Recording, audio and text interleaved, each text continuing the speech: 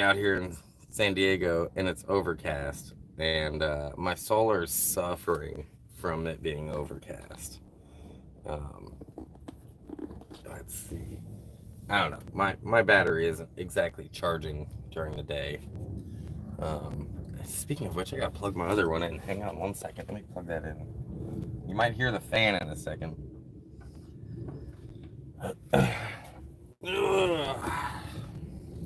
Well, good morning, folks. I'm just sipping on some Folgers I made right here in the van. I'm not as good as Dutch Bros, but not bad either. Morning, Deborah. How you doing? Just sipping on some coffee with you guys. And out here in beautiful San Diego, it's nice and overcast today. Good morning, Dave Lowe. What's up, dude? Sue.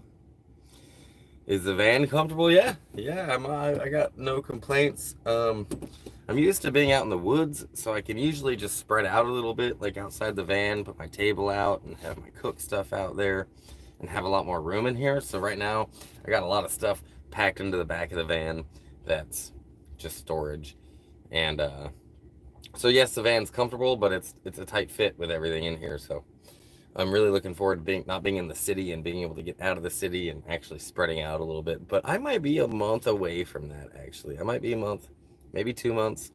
We'll see. Depends on how fast I can sell the truck.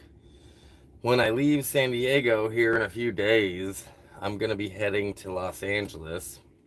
And it'll be just as bad there as far as like spreading out. I'm going to have everything packed in here, and I don't know. It's a bit of a pain in the ass, right? Like when you're doing the van life, everything has a spot, right? Everything has a place that it has to be in order to not be cluttered. And it takes like no time at all for you to like pull stuff out, use it, and you have to put it back. You have to put everything back where it goes, otherwise your house gets messy. So good morning. How are you doing today? Good morning, Heath and Bobby. I'm doing well. I slept okay. I'm actually sleeping in a parking lot. I'll show you guys. I slept in a parking lot next to the beach that someone told me about. Oh, you can't see through the. Let me open my lens. There you go. Um, and there's an ocean over there, and you can see that there's a roller coaster right over there too. Yep. So not bad. Not a bad spot. In fact, last night I was just chilling in here watching TV, and all of a sudden I hear explosions like boom, boom, boom, boom, and I'm like, what in the fuck is going on? I actually knocked shit over trying to go outside to figure out what it was, and turns out SeaWorld has fireworks, and I didn't know that. But all of a sudden I hear explosions, so yeah, it startled me enough to go outside and figure out what it was, and it was fireworks. So yeah. A wooden roller coaster. Yeah, I believe it is. I think it is a wooden roller coaster. I'm sure it's like $150 or some stupid shit to ride. Way more money than I'm gonna spend on a roller coaster. Have I ever been to Santa Cruz? Yeah, I've been to Santa Cruz. I'll probably be driving through there sometime in the next couple of months. I don't know if I'll be staying there, you know. I don't like the cities as much. I prefer going out into the woods, the desert. The fireworks are great down there. Hey, good morning, Jim. Jungle Jim, how you guys doing? You guys don't forget to smash that like button if you like watching me sip on some Folgers, which is what I'm doing. Made some coffee in here this morning. Um, like I said earlier, it's not as good as Dutch Bros, but you know, it'll do. Yeah, you have that metal detector. I haven't forgotten. I don't know when I'll be in that area to get it. It'll probably be after I sell my truck. I'll be heading that way. I will be. When I sell my truck, I'm not going to be going straight up. I'm going to be cutting over to Nevada. So I'll be seeing you out in the Ridgecrest area. Morning, Critter. Morning, Aaron. How's everyone doing this morning? I hope you guys We're having a good morning. I hope you had enough coffee this morning.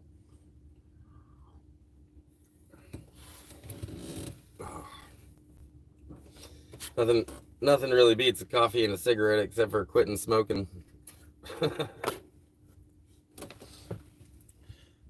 When and what part of Nevada? I'll just be driving north through Nevada because it's cheaper than driving through California. California is expensive. But that metal detector that Heath and Bobby have, Heath and Bobby used to stay in Slabs. They were neighbors of ours over at Ponderosa. In fact, we really miss them as neighbors. They were great neighbors, awesome neighbors to have, especially compared to the neighbors that are there now. So we really miss you guys over there. Come back and be our neighbor again. 395 North goes right through Reno. Yeah, I know, but you're not gonna be there, dude. You're leaving in what, like a week or so? You're leaving soon. You're not gonna be up there. You're traveling. You're going back to like the south, aren't you, Dave? Taking 395 to 44.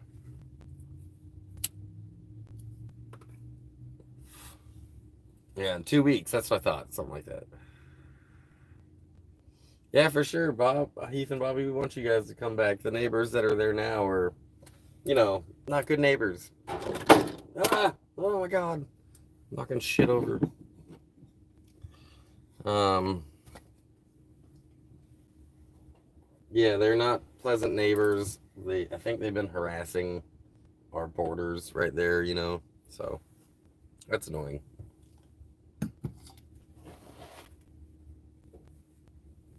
But yeah, I cooked some dinner. I cooked some dinner in here last night. Had me a can of chili, wrapped it in some tortilla. Yum yum. That was my dinner. The breakfast this morning is coffee. I'm gonna drink my breakfast, and I think I don't know what I'm gonna get for dinner yet, um, but I'll be cooking it in here, cooking it in the van. But no one bugged me here last night. I stayed. Where the hell did I stay last night? I think I stayed. Well, I mean here, but the night before last, I stayed at a Walmart parking lot, um, which was fine. It said no parking overnight, but no one bugged me. I still did it. I was parked next to a couple of other vans, and there was security rolling around all night, but no one bugged me.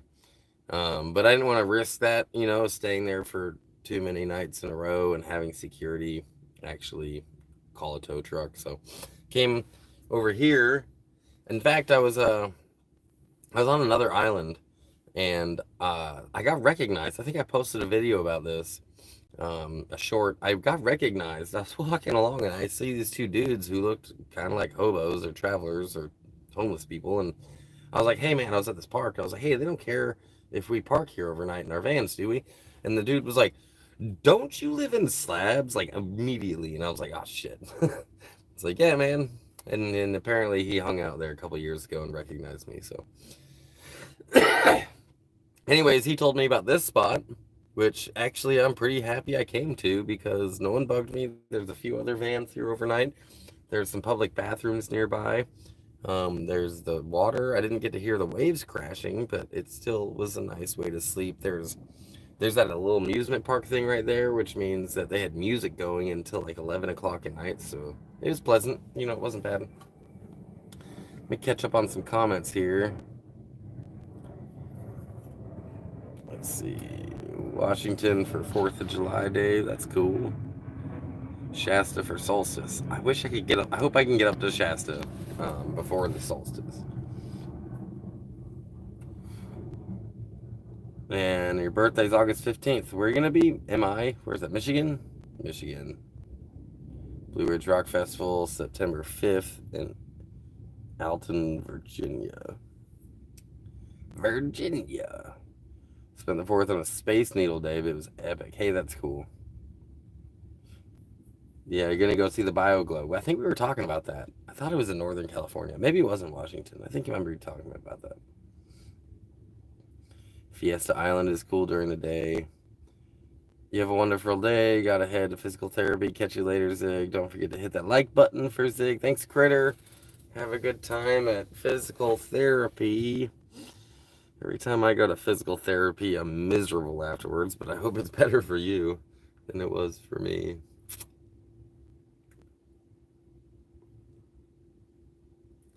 Port Angeles. I do know Port Angeles pretty well. Um, and Port Townsend. You're going to be up in the peninsula area. Yeah, that's cool. That's a cool area to go to, actually. Take a ferry out of Port Townsend. Yeah, it's cool up there. You gotta check out the Olympic Park too. There's a hot springs in there, but you gotta hike to it, and like it's a pretty hard hike. I've even struggled to get there, and when I was in better shape. So your broken ass isn't gonna make it.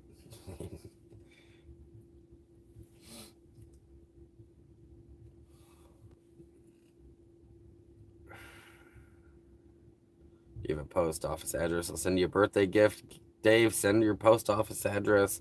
Most of us travelers, we struggle with mail, man. Right now, um, any of my wish list stuff is going to go to the Ponderosa. And any of the care packages that y'all send are going to go to the Ponderosa, which I will be going back to the Ponderosa at the beginning of the month to get my truck. But after that, I don't know when the next time I'll be back is. So, yeah, mail's a struggle. Mail's something that we all struggle with. General delivery is an option if we know something is coming. Then we can stick around an area and check out the post office for general delivery.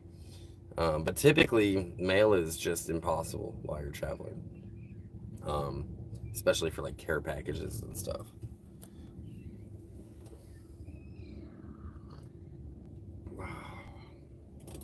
Man, coffee in the morning makes everything okay. That's the first cup I've had too. It's not like I'm not cheating you guys. I'm actually still waking up and sipping my coffee in the morning. The best part of waking up is a gerbil in your butt. Don't cancel me. And all the weed I've got, I was taking resin hits last night, believe it or not, and it was not great. It wasn't great. But I do have some dabs, and the only way I have to heat up the dabs is my cooktop because I don't have a torch. But I also have this, and this is a dab rig. It's an e-dab rig, basically, electronic dab rig. And oh, it's all glued shut. That right here, this gooey ass mess, is the coil, and I need a new one. This thing is all clogged up and messed up. I mean, it works, but um, it's it's clogged, so you gotta really pull hard on it, and then you cough like a bastard. You cough really hard on it, so. But you know, that's what I'm dealing with. And if I had some alcohol, I could clean this too. But I don't.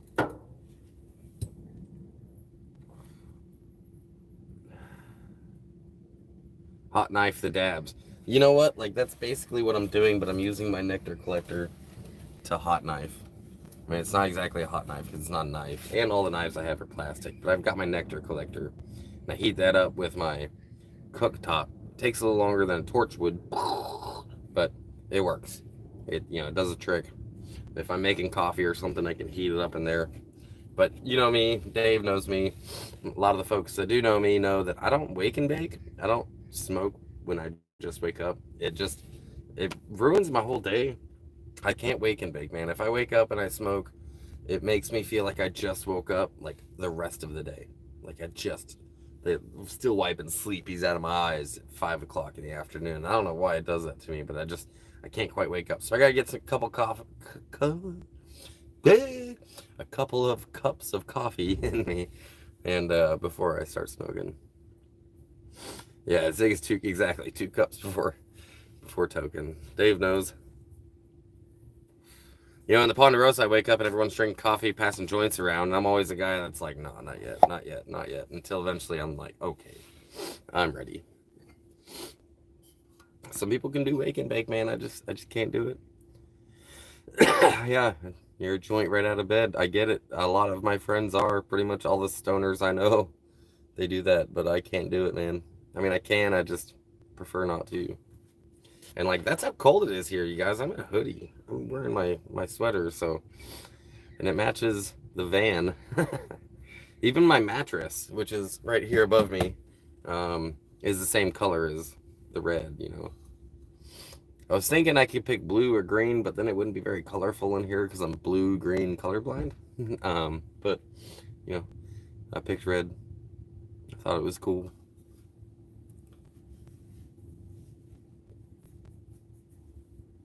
So what are you guys up to today? Anything fun? Anybody have any awesome plans? While I sip my coffee. I was over at the other island last night when that dude recognized me. And I swear I saw somebody I knew. And I couldn't catch up to him fast enough. But today I'm going to go over there and see if I can find him. I'm pretty sure there's somebody from Slabs that I know here. So I'm going to go hunt him down today. Built the back porch of my camper yesterday. No more stairs. Hey, that's cool. What do you got instead? You got an elevator just bringing you down off the back of your truck?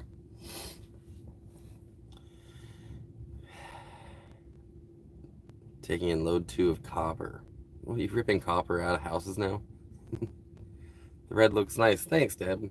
I like it. I like it. Hoping my van tires get here so I can schedule the install. Joyce, are you traveling too, dude? Are you gonna be on the road in a van soon? That'll be cool. I'm excited for you, man. We should link up while you're when I get to LA. And I'll burn one with you. I'm pretty sure I can. When I get to LA, I'll be able to like grab a couple of fucking joints. So it'll be my treat this time, since you've treated me so many times.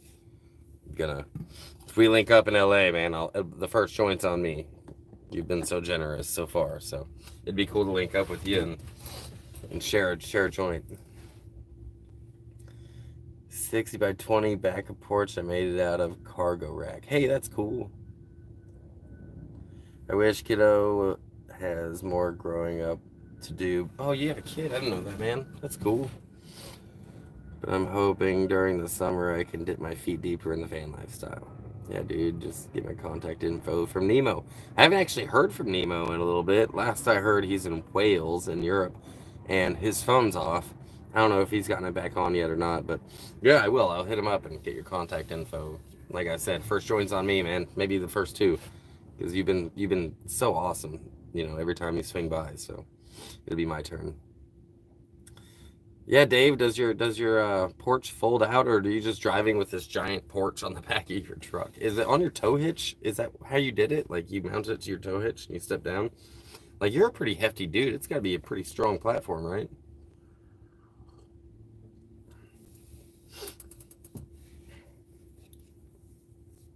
Doesn't fold, but it's removable. That's cool. Good morning, Fart Sack. How you doing, man? Nemo lost in UK. Only Wi-Fi needs new SIM. $25 for a plan. You hear that, guys? If you guys want to hear from Nemo, he needs $25. You can check out his channel if you feel like you want to donate to him. I'm sure he'd really appreciate it, and so would have a lot of his followers. Morning, Shed Gang. What's up?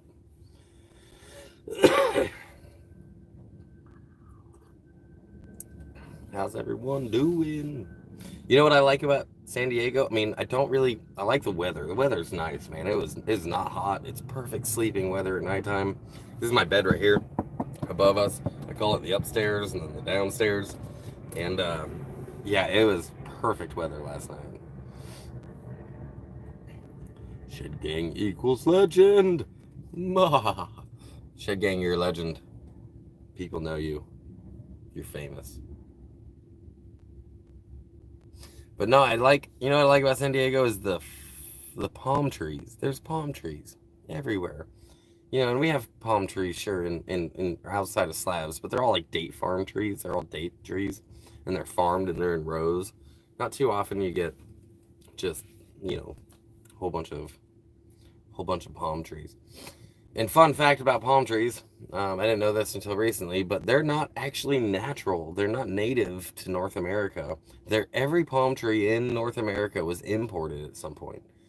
Now they're technically an invasive species because they don't belong here, but they're not invasive. They're not destroying other, you know, plants and animals that are out here. So Coffee with Zig. Hey, yo. That's it, man. That's it. San Diego is the second biggest city in California. It is a big ass city, that's true. Is it the second? I didn't know that. I thought maybe San Francisco or Sacramento or something, but it is pretty big. I could see that. I've been hovering mostly along the coast. Um, right now I'm on Mission Bay. I'm at Mission Bay, and then where the hell was I yesterday? I forget the name of the other island I was on, but I can see it across the bay. If you can find free parking, walk along Seaport Village is cool. All right, Seaport Village. I'll have to try to remember that. Seaport Village. San Francisco's lost a lot of residents over the last decade. I figured that because crime and stuff there has been getting out of control. San Diego is my heart. Miss the hell out of it. Oh, Deb, are you from here? Rabbits in Australia released a few dozen, not 10 billion. Rabbits in Australia. Oh, the invasive species. I see. San Diego and Riverside County are the popular locations in California to move to right now. I think I would pick San Diego just because you're so much closer to Mexico. And if you need like medications or dental work done or anything like that, it's really cheap over in Mexico. I've gotten dental work done in Mexico before. In fact, I'm a little worried about leaving because I've had a tooth that was hurting me the last few days. And when I leave here, I'm not going to be anywhere near Mexico. So I'm going to have to deal with like the dental stuff in America, which is a pain in the ass when you don't have insurance. So San Francisco is gross. Yes, Dave Lowe, I agree. Last time I was there, I did not have a good time. The people I met weren't great. San Francisco is kind of gross. It's a pretty city from afar, but once you get into it, it's not anymore. So, Oceanside rocks. Deb, yeah, I lived here for years. Priced out of there though. Yeah, vet care in Mexico too. I've obviously done a lot of that. Taken so many dogs to Mexico, but Northern Cali is okay. I agree. I like Northern California. California is a beautiful state. It really is. It's a gorgeous state, and it's got mountains, and it's got skiing, and it's got beaches. Like you can't beat it. But at the same time, the politics here in California, I'm not a big fan of. If it's a root canal and crown, I know a guy who will do it in the whole thing for around 1,200, 1,400. Beats average cost. Jesus, compared to most places. That's still expensive, dude. That's like way more than my monthly income. Mexico, I think I can get a root canal for like $300. I got a tooth pulled there for 600, or I'm sorry, $60 once. It's a lot cheaper. I've seen tooth pulls, in Mexico for $100. That's probably the most I've ever seen. But yeah, like it's just a lot cheaper. Darren, say where you going? Right now I am in San Diego, and in 2 days I get paid, which is I'm gonna be struggling until payday, but in 2 days I get paid, and then I'm gonna head to Los Angeles. I'm gonna park my van, and then I'm gonna get back to Slabs somehow. I haven't quite ironed out how I'm getting back to Slabs. I might have to take a bus, maybe hitchhike. But I'm gonna get back to Slabs. I'm gonna grab my pickup, and then I'm gonna drive back to LA, and I'm gonna be van lifing in Los Angeles until I get the truck sold. And then once I sell the truck, then I'll be headed north towards Oregon. And then from Oregon to Washington, there's some people in both places I need to go visit. And then I'm gonna cut over and go see Yellowstone. I've never seen Yellowstone. I was on my way to Yellowstone when COVID hit and they shut everything down, and I had to just stay put. And I still haven't seen Yellowstone. I've been to all 50 states. I've been all over the place, and I still have not gone to that national park. And when I started traveling, that's what I did. When I started traveling, it was like, you know what? I'm gonna go hit up all the national parks. That was my goal. That was my plan, is to hit up all the national parks. But then that kind of skyrocketed and evolved into just seeing so many other things besides national parks. And I haven't been actually enjoyed a national park in a couple of years. So Yellowstone is is the next one on my list, and I need to just do it, which after Washington, that's what I'll be doing. I'll be cutting over towards Yellowstone. Let me catch up on some comments here. Joy is, it is, but average cost here is around 3K. Yeah, I know. The dental work is retarded, man. It's so expensive. Fart sack, I know a guy. Dave, I'll pull it for free and end the video. No thanks, man. No one's yanking teeth out of my head. Hop a train, dude. Fart sack, I might actually do that. I've considered hopping a train to get back to Slabs, but I've never train hopped before, and I don't want to hop on the wrong train and end up in like Phoenix, Denver, something stupid like that. My buddy turned an Amazon van into an amazing motorhome. Hey, that's cool. Amazon does have some vans. You know what I would like to get and turn into an RV is one of those UPS trucks. And turns out those UPS bread trucks, they don't sell them. They have a contract with a company that manufactures them, that they will not sell them when they're toast, when they're like time to be replaced. So it's pretty rare you're going to find yourself a UPS truck. There are other bread trucks that you can get your hands on, but them UPS ones are harder to get. But one of those bread trucks would be pretty cool because then you could drive with like the door open and like there's a ton of room in the back. It's already square. It's like boxed to square, so you don't have to worry about, like a bus has angles and curves and shit. You don't have to worry about that. So, ball of Jack and Needle Nose. No, you guys aren't ripping teeth out of my head. Nah. It doesn't hurt that bad, okay? Jesus, this is big. We ain't there yet. I don't need an ice skate and a rock, man. This isn't whatever the hell that movie was. Why can't I remember it? Castaway. This isn't Castaway. I wish you could get rid of truck. I thought you were on your way to Oregon. Not yet, man, but I did leave Slabs finally. But I've had no bites, no nibbles, no curiosity, no interest in that truck. I posted it in the Imperial Valley, which I'm not surprised there's not a lot of interest in it because the Imperial Valley doesn't have that much money, you know, and so I'm hoping that it does better in Los Angeles.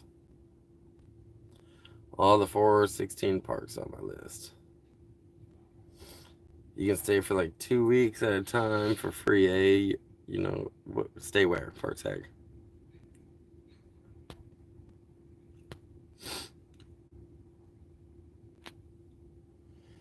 Darren said, I started metal detecting and it's very fun, Zig. Yeah, Darren, I want to get into metal detecting too. And I did watch your video. For those of you who don't know, Darren Gray is a quadriplegic. He's in a wheelchair and he has been doing metal detecting from his wheelchair out in the wild. So if you guys want to check out his channel, Darren Gray, right there, you can see what it's like to be in a wheelchair and trying to do metal detecting. I thought it was pretty cool to see you doing that, to getting out there and not letting that wheelchair, that chair, like stop you from actually going out and enjoying things that you want to try. I think it's great, dude. So fuck it if you do. Your traveler dude. Shoestring Hobo is a great channel. Shoestring Hobo. Yeah, I know that guy. I know that channel anyways. I think that he passed away though. Am I wrong? Shoestring? I think he died. So if that's the guy I'm thinking it is, he's a train hopper, and he passed away. But then his channel went viral after he passed away, so he never got to monetize his channel. He never got to see what his channel became after he passed away. That's the guy I'm thinking of. There was a train hopper, I think it was him. There was a train hopper on YouTube who died, and his channel just exploded afterwards. So, hey, I think I'm doing the rut in Yellowstone this year. Hey, that's cool. UPS trucks are gas hogs. Some of them are actually run on propane too. Some of them are propane fueled, and they're a little better on gas.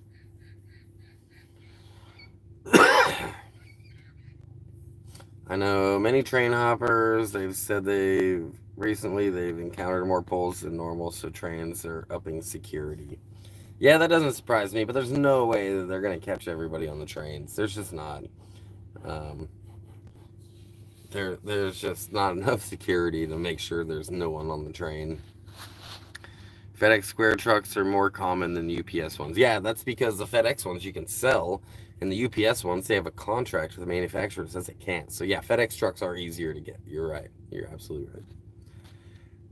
Gas going up, so we will see. Bread Trucker has a nice truck. I actually know a couple of people with bread trucks too. Joseph Efron, he's got a channel. I forget the name of his channel, but he's got a purple bread truck.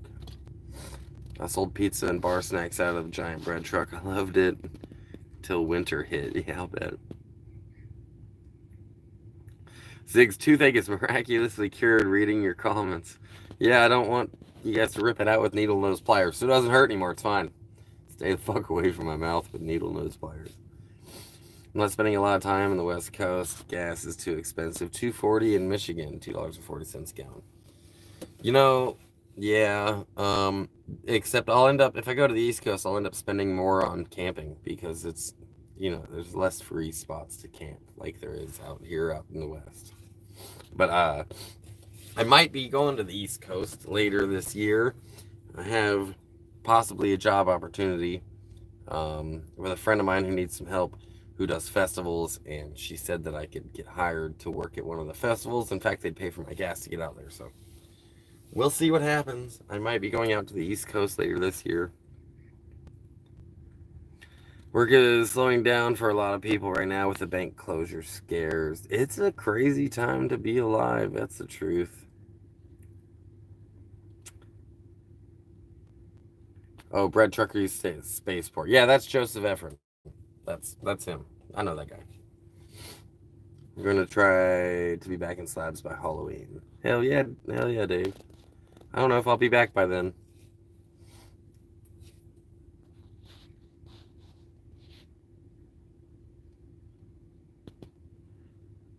Let's see. No, it was another hobo that died. Oh, okay, Shoestring live as well after his surgery. I see. It must have been a different guy. There was a dude that was, train hopping and made a channel about it and had a bunch of videos, and then he died. And I was looking up when his channel went viral, and it was it was after he passed away. So no, I don't want a triple whiskey. Zix says. Due to festival, yeah. I got a friend of mine that works festivals. She sells jewelry at festivals, and it's pretty, lucrative for her. What's up with the Lewis guys saying y'all have issues? You seem cool. Because I don't like Lewis. He's a terrible person, horrible neighbor, and bad for the community. I don't know. It's not like a big secret. Nobody fucking likes Lewis. Nobody likes Lewis. Lewis has like 3 friends in town, and the rest of the town is so sick of him. So Lewis can say whatever the hell he wants, but the reality is, like, nobody likes Lewis except for the 2 people that he hangs out with and does mess with, so.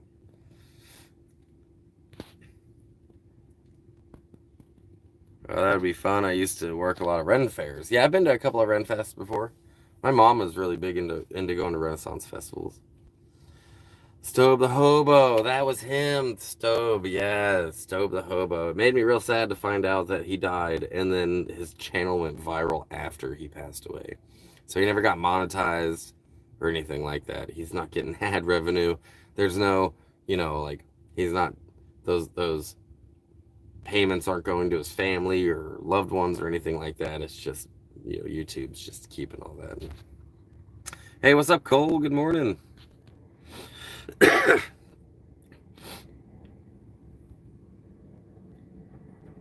Damn, everyone's here. Let's see. NorCal.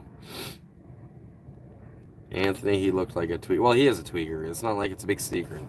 He showed up in Slabs full of fucking lies and shit. When the first day I met, I'm going to tell you guys a story about Lewis real quick, and then I'm going to just not talk about him anymore because I don't want to give him any more airtime than he deserves. But the day we met was at the Internet Cafe, back when the Internet Cafe was in full swing. And he's sitting there typing away on a computer, and he mentions to somebody that he's a professor. And I was like, you're a professor? And I just finished college, and I'm like, you're a professor? And I'm like, where? And he named some Ivy League school, like Ivy League, like Stanford. and I forget exactly which school it was. It's been a lot of years now, but he said he was a professor at some school, some Ivy League school like Stanford or Harvard. So I looked up their faculty list because it's all public record.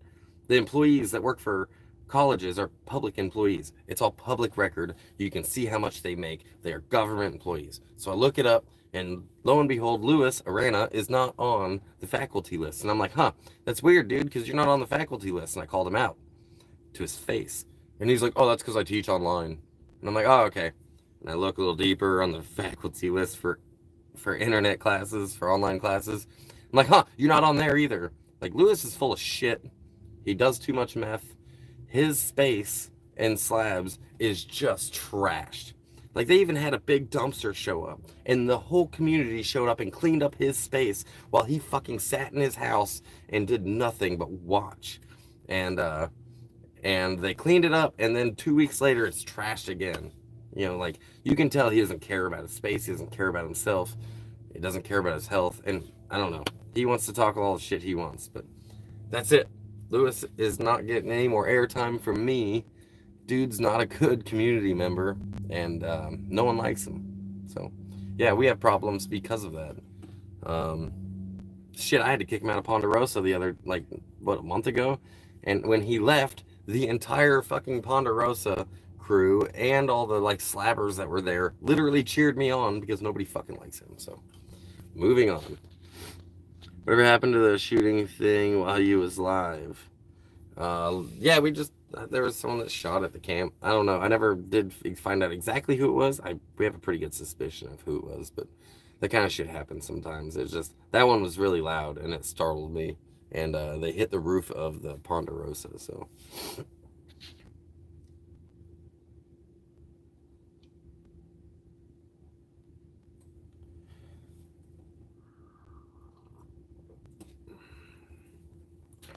Yeah, Joy said professor, engineer, AI creator, all sorts of bullshit. Yeah, exactly. All sorts.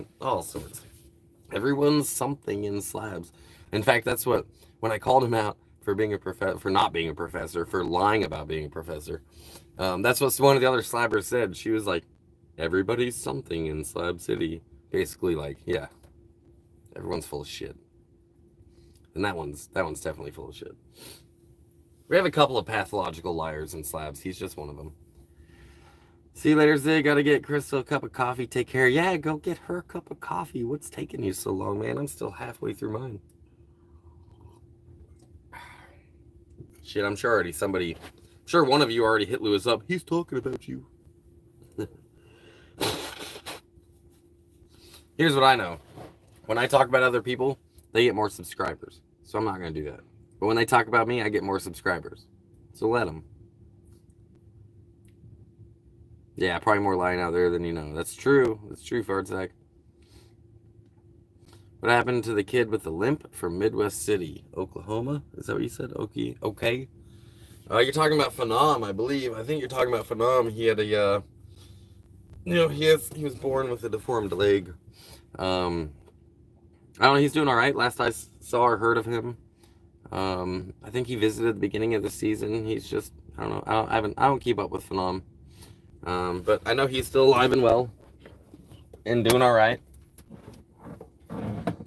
Sorry, I gotta just moving a cord up off the ground. Yeah, Phenom, Venom, whatever. Yeah, he's a good kid. I think when Zach passed away, we just stopped seeing so much of him.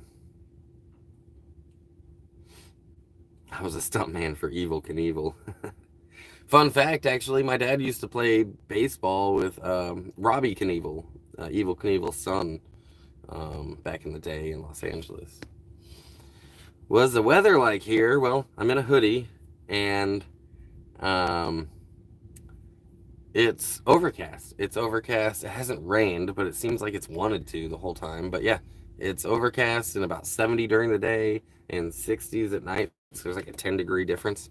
But it's perfect. It's perfect weather. I wish that it was a little sunnier because my solar isn't getting as much sunshine as it needs to charge my battery every day. So,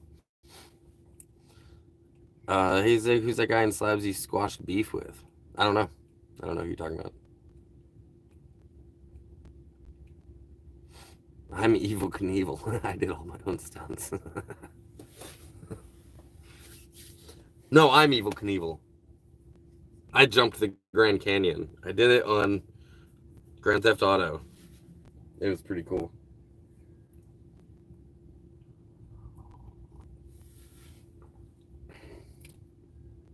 But yeah, the weather here is pretty dope, actually. I'm not suffering like I was in Slabs. During the day in Slabs, you're just sitting in front of the fan, like, trying not to die and hydrating. Shit, here, Zag and I are going for walks along the beach, and, I had to put another layer on. I'm actually in pants. Instead of shorts. Still rocking my flip-flops, though. Still killing it with those. But my feet are kind of cold. I probably should put on some boots or something.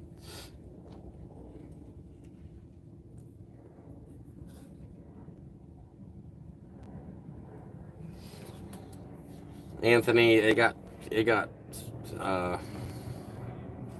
filtered, but Anthony asked. Anthony said, "I know Zach passed away. What happened?" Zach passed away years ago.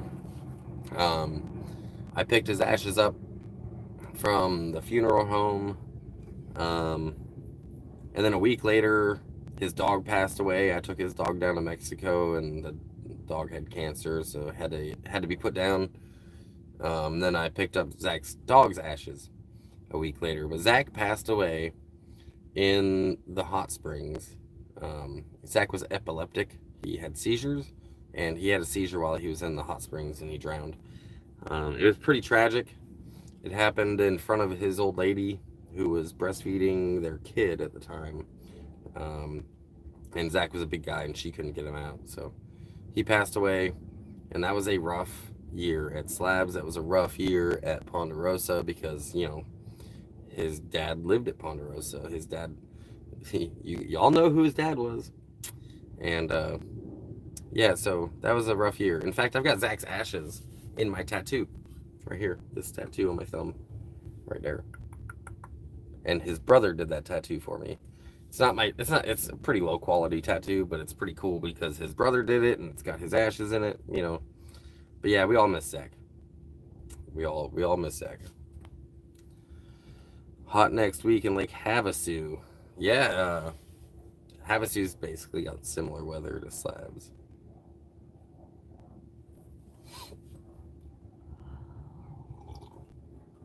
Except Havasu also has water. It has water. I'm gonna warm up my coffee real quick. For those of you who don't know, this is a French press. All-in-one French press. You can boil the water in the metal container. This plastic thing comes out.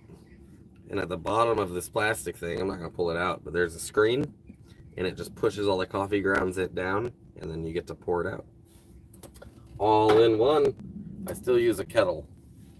To boil my water, but that's what I make my coffee in, is that French press. I know a guy who would take a pinch of his old lady's ashes and have a shot with her sprinkled in favorite liquor. It's interesting. I carry my dad's ashes everywhere I go to, and I've been spreading my dad's ashes all over the country. That's not cool. I had seizures on my wife's birthday not long ago, of all days, and I came to thinking it was July when it was November. I wouldn't wish a seizure on my worst enemy. Cole says, I have the same press and I boil my water in a jet boil. Shit, I wish I had a jet boil. Those things are expensive, dude. It's like, what, $100 for a jet boil or more? 150? I watched you get a tattoo. I think it's awesome. Yeah, I did post a video of me getting my job stoppers, which is what they call it, tattoos when they're on your fingers like this. Yeah, I posted me getting these tattoos. I have an affiliate link, Dave. I actually do have affiliate links for... I've been planning on making a video about my favorite gadgets, and I've been talking about that for a minute, but I'm trying to set up all the affiliate links for it. So eventually I'll be doing that video. Making a run for mountains in 2 weeks. Yeah, I would too, man. Although it might be a little too cold to get to be in the mountains. pretty I don't know. I always struggle in the fall and the spring because it's like too hot in slabs and too cold in the mountains, and you got to find that Goldilocks zone. So yeah, the spring and fall are tough. Joy says, "Shit, it's almost 10. Got to get going. Bye, everyone. Bye, Joyce. Take care, dude. I will get your contact info from Nemo, and hit you up when I'm in Los Angeles, my man. Oh man, I love coffee. Just I don't know what it is. Habit? Maybe it's habit. But I do like coffee.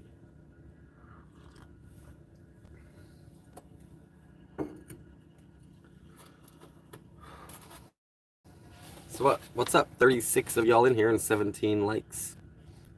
There was no Goldilocks zone this year. There might not have been.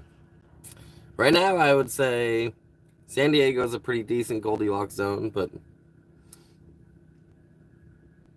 Oh, I did do the live. You're right, Darren. I did do the live for that tattoo. I getting it done when Daniel tattooed it on me. So yeah, we put Zach's ashes in that, and I've also got my dad's ashes in that tattoo, and I got a lot of memorial tattoos. That's a memorial tattoo right there for Luke. Luke passed away in the slabs as well. He got hit by a car. Him and his dog were killed. His dog and my dog were siblings. They were litter mates. Yeah, there's just, once you... Slabs has some tragedies. It happens. You ever try the black silk that Folgers makes? Yes. Yes, I have. I do like dark coffee. I like strong coffee, man. And I don't know if you guys can see this very well. Maybe not. I don't know. Maybe I just turn the camera. I drink my coffee black. I drink it black with a lot of sugar in it. I like my coffee to be kind of sweet. So, I mean, the saying goes, I like my coffee like I like my women. Dark and full of white powder.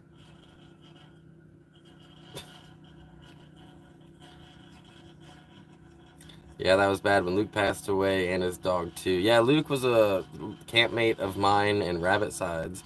Prior to Rabbit Side ever being called Rabbit Side, I was there when they all met. I was there when they decided to call themselves Rabbit Side, and Luke camped with us. It was at Night Vale Camp, and Luke was our campmate. And then the following year, Luke got hit by a car, and he passed away. His dog passed away, and then somebody else that was with him, Bing, she lost her leg and was an amputee. And then Bing ended up later passing away from an overdose. So that car accident killed all three of them. It just took a little longer for Bing to pass away. Yeah, we do. Yeah, Rabbit Side and I do go back a long way. We're good friends, and it was really cool to see them when they came up and visited recently. We got to see 2/3 of them, anyways, so that was neat. But yeah, when Luke passed away and his dog passed away, his dog was Nibbles, and Zag and Nibbler were they were born the same day. They were litter mates.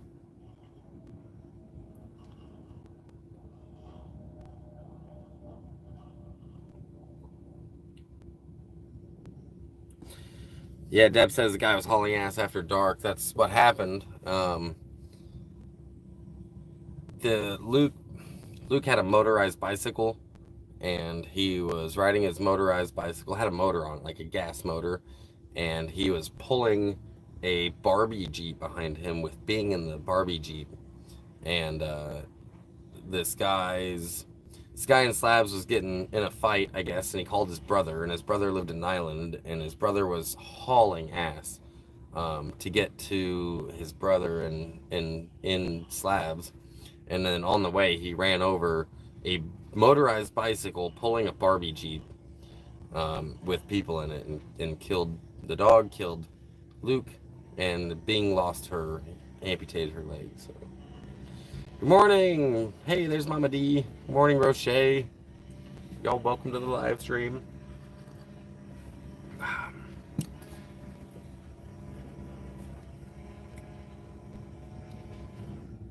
Yeah, Fartsack, it was pretty tragic. Unfortunately, tragedies happen in slabs. There's been quite a few actually.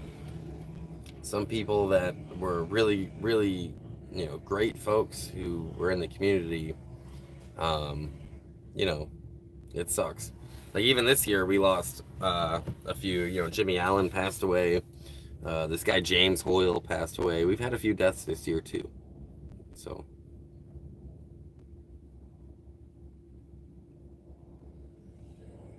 sometimes it be like that.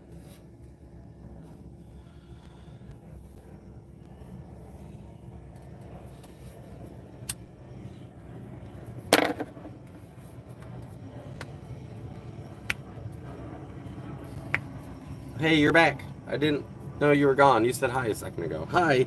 Hi, Mama D. Everyone say hi to Mama D.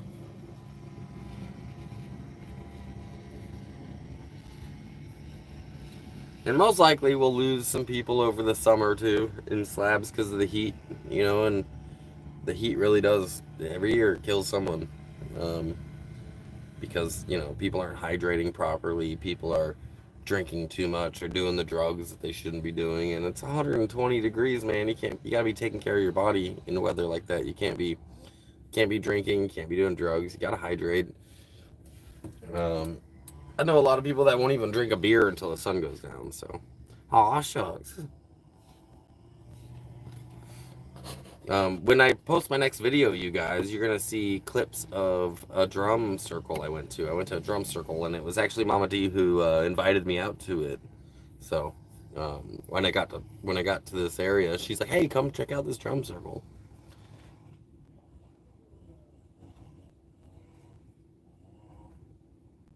Ron took James to his last pool game. Yeah, I'm not gonna speak ill of the dead, but James and I weren't exactly close. No woman, no cry. I do like that this parking lot I was left alone. No one bugged me. It was nice. The last parking lot I stayed in said no camping, and and I camped in it anyways. And no one bugged me, but I'm not gonna go back. I'm not gonna go back to that spot because it might, 2 nights in a row. What branch of the military did you serve in? I was in the Army. I was enlisted in 2007. I joined the infantry, and yep, I got out in 2013, 2014, something like that. 7 years I was in. 2 deployments to the Middle East. One to Oman, a country called Oman, it's next to Saudi Arabia, and we trained the Omani army for quite a while, and then a deployment to Iraq as a convoy escort. Basically, my job was to drive around and get blown up. I had a mine rollers on the front of my trucks. There was 2 vehicles in the convoy that had mine rollers on the front of the vehicles, and our job was to drive over everything that looked like a bomb. So, literally, my job was to drive over bombs, to clear the route for the convoy behind us. And it's interesting because during all of our training to go to Iraq, it was like, hey, that looks like a bomb. Avoid it. It's like, yeah, no problem. I can avoid that. Like, it's a bomb. I'm gonna avoid it. I'm not going to go anywhere near it. We're gonna call EOD. They're gonna come over and take care of it. And then my truck got battalion top gun during gunnery. We live shoot. We shoot live rounds off of our trucks during training, and they grade us. And my truck got the best in the battalion, and that's quite a few guys, quite a few trucks, and we shot the best. And so they were like, "Hey, how would you feel about being a rabbit truck?" And I was like, "I don't know what a rabbit truck is, but let's do it." And apparently, it's when you put a mine roller on your truck and um, you clear the route for the convoy behind you. So our first mission out of the wire, it was like, "Hey, that looks like a bomb. Drive over it." I remember the first time my sergeant said that to me, I was like, "What?" He's like, "Yeah, drive over it. What do you think the mine rollers are for?" So then you drive over it. And you don't know if it's a bomb or if it's just a patch of dirt or if whatever. But you got these mine rollers on the front of your trucks, and you drive the mine rollers over the bomb looking item And yeah, you just kind of pucker factor and you wait and you go over it and nothing happens. You're like, whew, okay.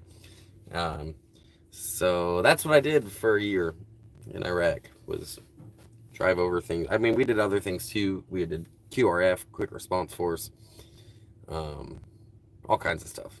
Stuff that I can't talk about, technology I can't talk about, uh, but primarily that was it. Clearing the route, driving over things that look like a bomb, and sometimes they were. 1:13 p.m. here, too. Second coffee, Maxwell House. Jimmy Allen was a cool guy. Still wonder how he died after that beat down a month before. Things got weird on his channel, then gone.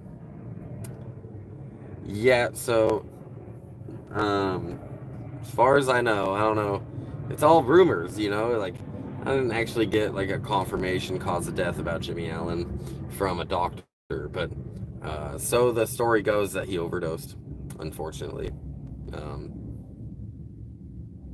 yeah, don't do drugs, kids. Oman is supposed to be one of the richest countries. Oman, yeah, it's Oman. Got the vowels backwards, but one of the richest countries in the world because of how much oil there is now and how small the country is.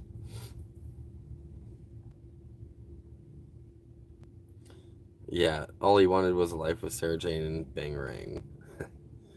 Yeah, we used to call him Bangarang's boomerang, and she was quite honestly fucking terrible for him. So, it's my personal opinion. Bangarang's boomerang. If you're a junkie, you know that's part of the gig. Yeah, I don't know what drug he overdosed on. I don't do those drugs. I don't know what, I don't know. I just know the rumors mill says that he overdosed and it's pretty awful. Um, so, rest in peace, Jimmy. Safe travels, man. I hope that you're doing better than you were, my friend.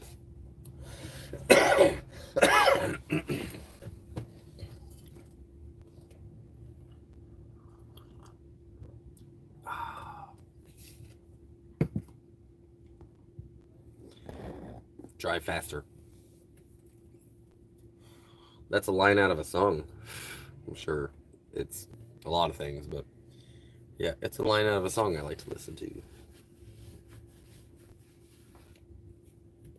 What kind of music do you guys like?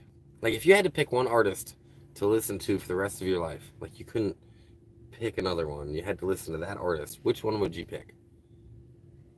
I'm curious. I know what I'd pick. For me, I'll go first, since it takes y'all a minute to type. For me, it's Maynard James Keenan. Maynard James Keenan is the lead singer for a band called Pussifer, a band called A Perfect Circle, and a band called Tool. So if I picked him, I get 3 different bands to listen to. That's my pick. Maynard James Keenan. Sublime or Pink Floyd, Grateful Dead, R.L. Burnside, Moody Blues. See him all in. I think you're trying to say Valhalla. Pantera. Bah. Grateful Dead and Zeppelin. I don't think I know Moody Blues.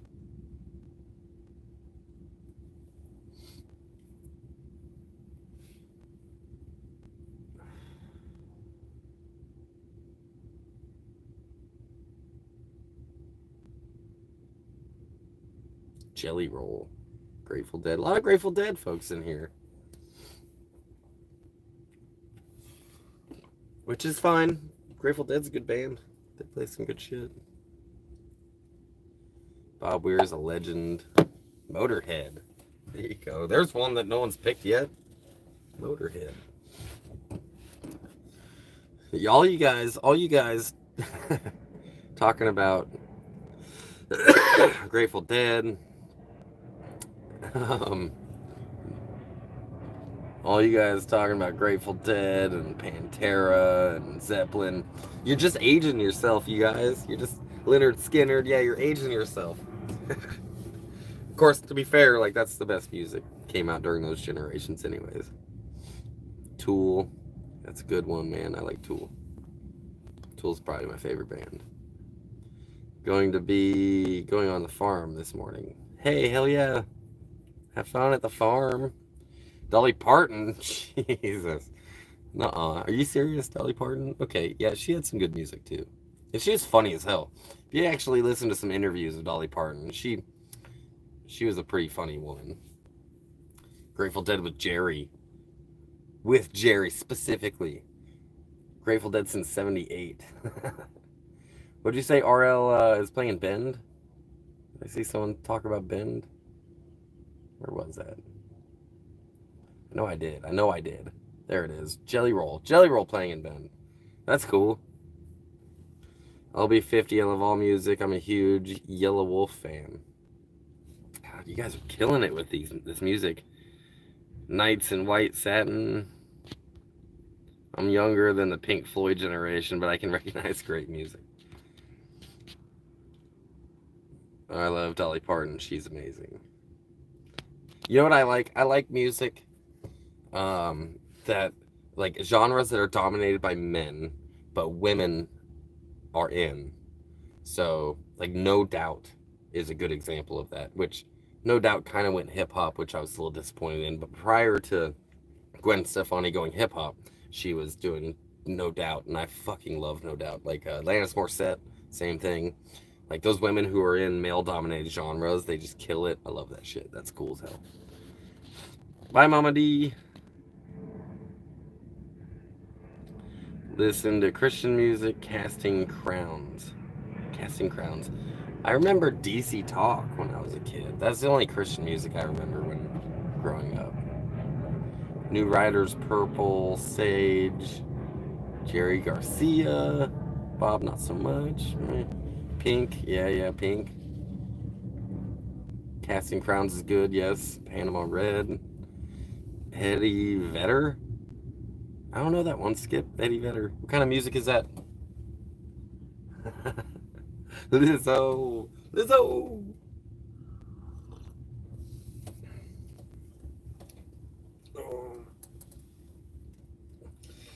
It's interesting. The only country music y'all named was Dolly Parton. Pearl Jam. There's a good one. Yeah, for me, it's Maynard James Keenan. I know a girl who dated Pantera. Got on the bus with another girl, dropped off 1,000 miles from Oklahoma 2 weeks later. And Temple of the Dog by Eddie Vedder. Jelly Roll is country now. G.G. Allen. George Jones. Blood Rock. Hey, you guys remember the band Stained? From like the 90s? Early 2000s? That guy, Aaron Lewis, is now playing country too. He switched to country music. Rush, yeah, there you go, Tammy. I had a buddy of mine who was all about some Rush, man. He really liked that band.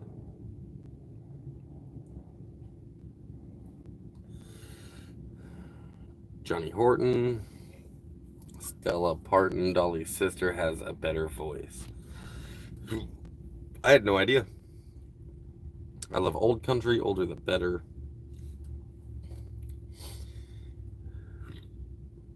John Conley. North to Alaska. God, you guys are killing it with this music. I agree with on the older country part. You know, I don't know. What do you call what years is older country? Because I was raised on like 90s country, 80s and 90s country. That's what I was raised on. So to me, that's older country. But I know that there's older country than that out there. Like Billy Ray Cyrus. There you go. Hannah Montana's daddy. B.B. King. Yeah, you can't go wrong with the classics, you guys. Now y'all are just naming music. Because which one of these is the one you'd listen to forever? Tell me it's B.B. King. Go ahead. When I was a barfly, they would gather money and make me play music. Hell yeah, dude. Who's a musician? Who can play music in here? Pearl Jam. But Dolly had bigger boobs.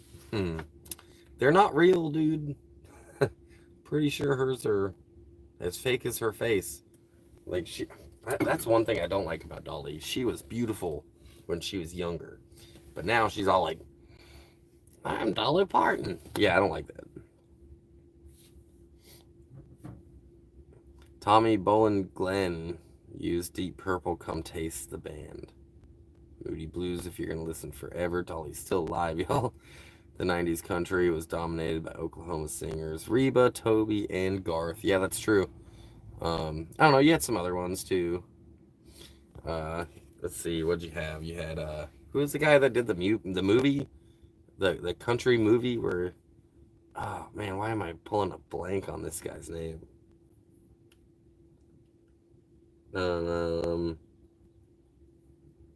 Why can't I remember it? He had that stupid movie where he like ran away from being famous and met some girl, and then turns out he's famous, so she loved him.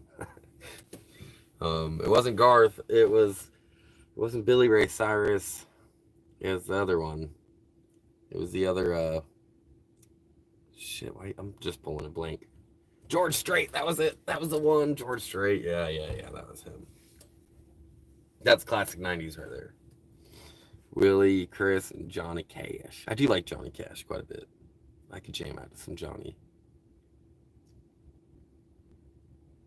Pure Country. That was the name of that movie. That's right. Such a bad movie. Watch it again, dude. It's like, whatever. Oh, man, being rich is hard. And then he just runs away from being rich to go live with a poor guy at a farm and meets some girl who kind of likes him, but turns out he's married, and his wife is wondering where the hell he is, but he fell in love with it. It's just a toxic fucking movie, dude. I was a highwayman. I love that song. That is such a good song. Highwayman. There's so many different versions of it, but that is such a good song, dude. I know you said Highwaymen, but whatever. When Cash redid Hurt, he made it his own. Did he redo Hurt, or did he write that song? Was he not the original writer of Hurt? Because I know that that song was redone by Trent Reznor and did not do it justice. Johnny Cash did way better, but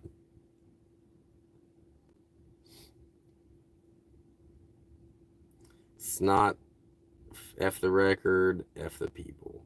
I don't think I know that one either.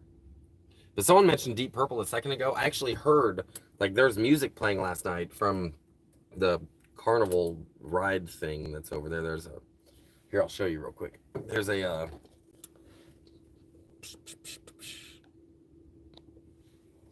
there is a roller coaster over there, and there was music playing from there last night, and I heard Deep Purple. And I knew it was Deep Purple because that's literally the only song on the guitar I know how to play, and I only know how to play the beginning of it. So, yeah.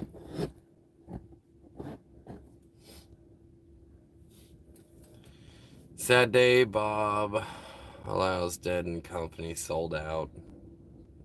Nor seen tickets this high, been over 300 shows. I thought it was the other way around. I'll look into it. I'm just getting into Prince. He was so much more of a badass than I thought he was. I've never actually given Prince a chance. I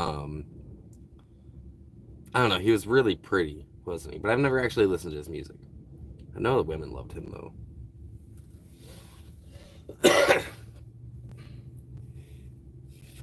Now the highwayman. Yeah, Cash covered. Nine Inch Nails did it first. Is that true? I didn't know that. No way. No way. Is that true? Someone confirm. Someone confirm Johnny Cash. I thought he wrote Hurt. I thought Trent Reznor remade it.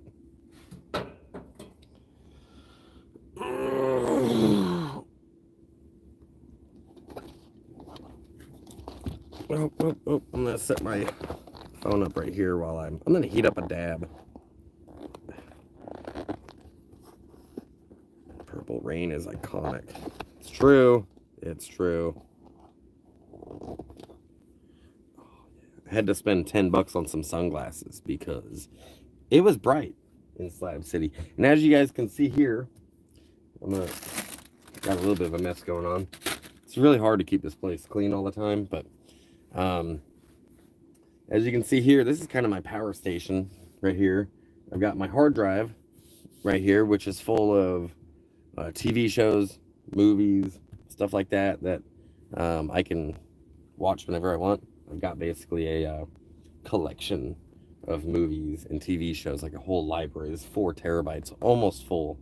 I'm gonna have to get another hard drive eventually. This right here is my router. If you are parked next to me, if we're like camping near each other and you hop on my internet, because I have internet here that I use, this thing right here is my router. And if I turn the hotspot on my phone, this thing will pick up that hotspot signal and rebroadcast it, and it tricks my cell phone company so they don't know that I'm hotspotting. So if you get on my network and you use my hotspot, you can also stream or download any of the movies that I have here onto your device. So if you're parked next to me, you can stream any of the movies that I have. I basically got like a server I'm running right here for all of my media. And then yeah, I've got my power station here. I've got this big old battery in here that I charge every day. And yeah, keyboard here for hooking into things, especially hooking into my Steam Deck. I use that. It runs on Linux, so I can do a lot more than just play video games on it. But right now, what I'm going to do is I'm going to heat up this on my cooktop, and I'm going to take a dab. And let's see if I can angle this camera in a way that you can see what I'm doing. Probably not. How do I get a router like that, Zig? So the router is pretty easy to get on Amazon, but the programming of the router, it doesn't show up like that. It doesn't show up tricking your cell phone company. It's just a router. So I had to actually change some of the programming in that. I had to log into it with my computer and I built some software through Python that'll run that. We'll change the programming in it, and it's basically, I don't want to get too far into it, but the way that most cell phone companies track your hotspot signal is just a really simple thing to defeat, to trick. And it's actually not even illegal to do it. So it's pretty cool. Now, usually I would use a torch for this, what I'm doing right here, but I don't have a torch for dabs, so I'm just gonna heat this up like that.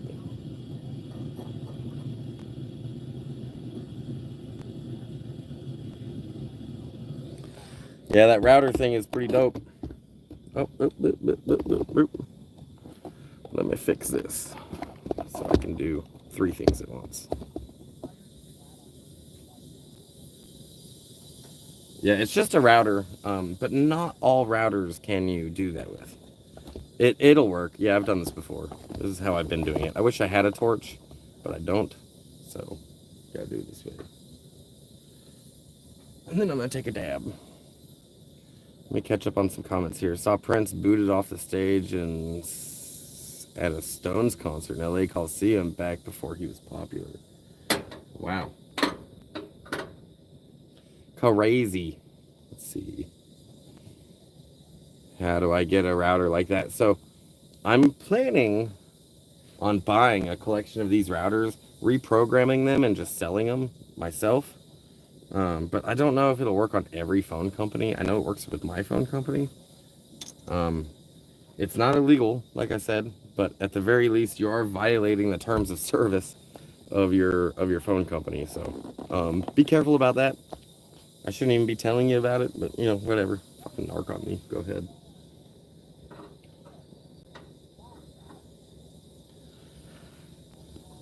But I plan on buying, eventually I'll buy like 5 of these things. I'll reprogram them all and I'll sell them for $100 to any nomads who want a router and unlimited hotspot on their phone. So, The Return of the Son of the Monster Magnet by Mothers of Invention, Frank Zappa. Unbelievable for its time. Seen Zappa live a few times. Hell yeah, you guys. Speaking of people alive at weird times.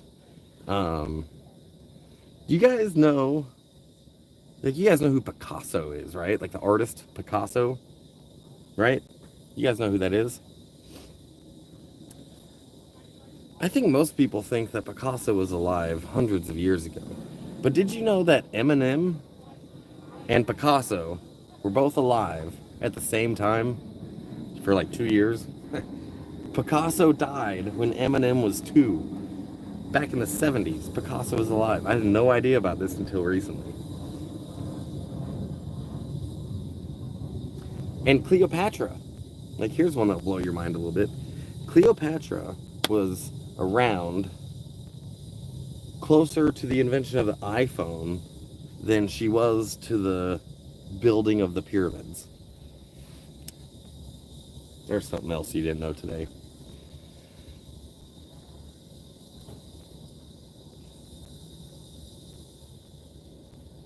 I'll take one, work on art prepaid. It depends on the cell phone company that you have. But I think that AT&T tracks their hotspot usage a different way than the rest of them. So if you have AT&T, I don't know if this will work. I'm not sure. So was Caesar. Possibly, actually. Yeah, it's crazy. Die in your 90s and your 70s, 1880 vintage. What? Huh. What? Yeah, most people think of Picasso as someone who was alive a long time ago. You know, like Michelangelo and who's the guy that lopped his ear off? That guy? But no, Picasso was, man, he passed away in the 70s, you guys.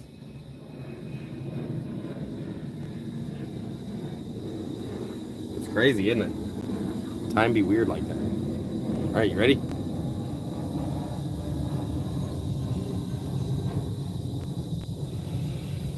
Oh yeah, and go. That was it. That was it. Well, it didn't quite get hot enough. I got a little bit of a hit. See, I got plenty of dabs here, but I don't have any flour, and I prefer flour. Flour is my favorite. I'll never stop smoking it. The coolest thing about this router for van lifing is it takes like less than a watt, less than 1 watt of energy. So it's like a quarter watt hour, you know? Yeah, I like it. It's pretty dope.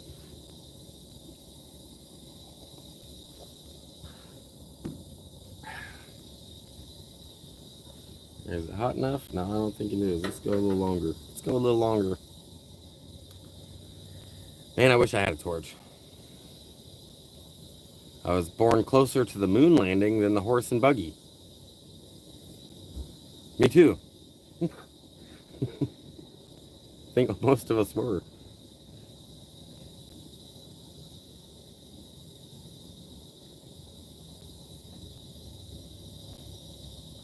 But then again, there's still people who still use a horse and buggy. We never landed. Oh no, don't disappoint me like that. There's people, you guys actually don't believe that we went. I'm not gonna start that. I'm not gonna do it. But I think we landed on the moon. Come on now.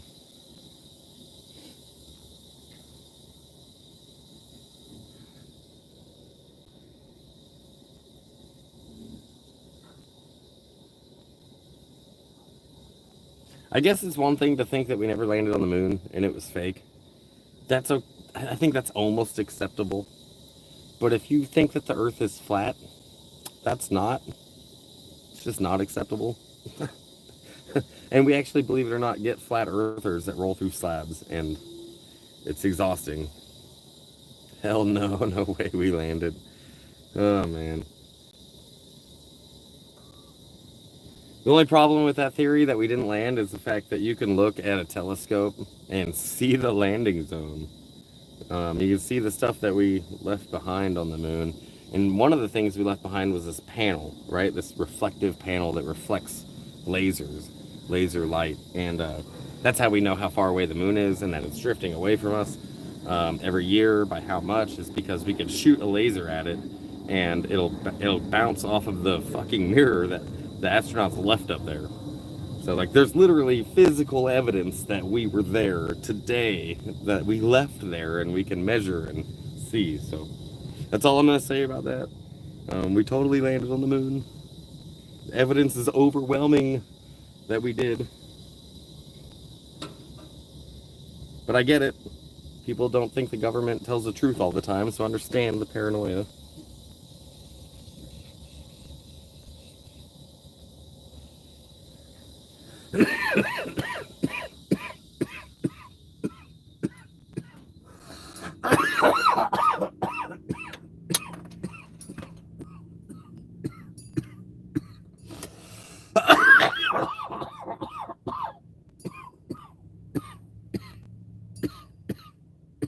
It worked.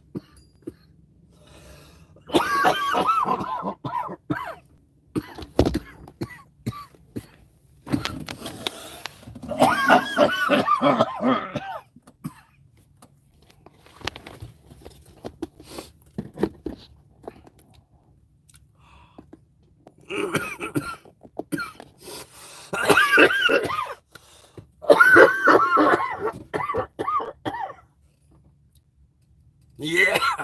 Worked that time.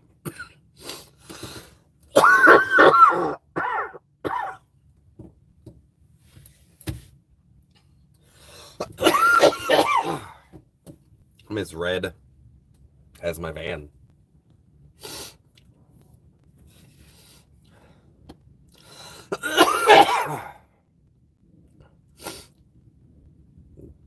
Wall over ice. Ice around Arctic is flat. No, it's really not. I'm not even gonna get into that debate, but it's not. No, it's not.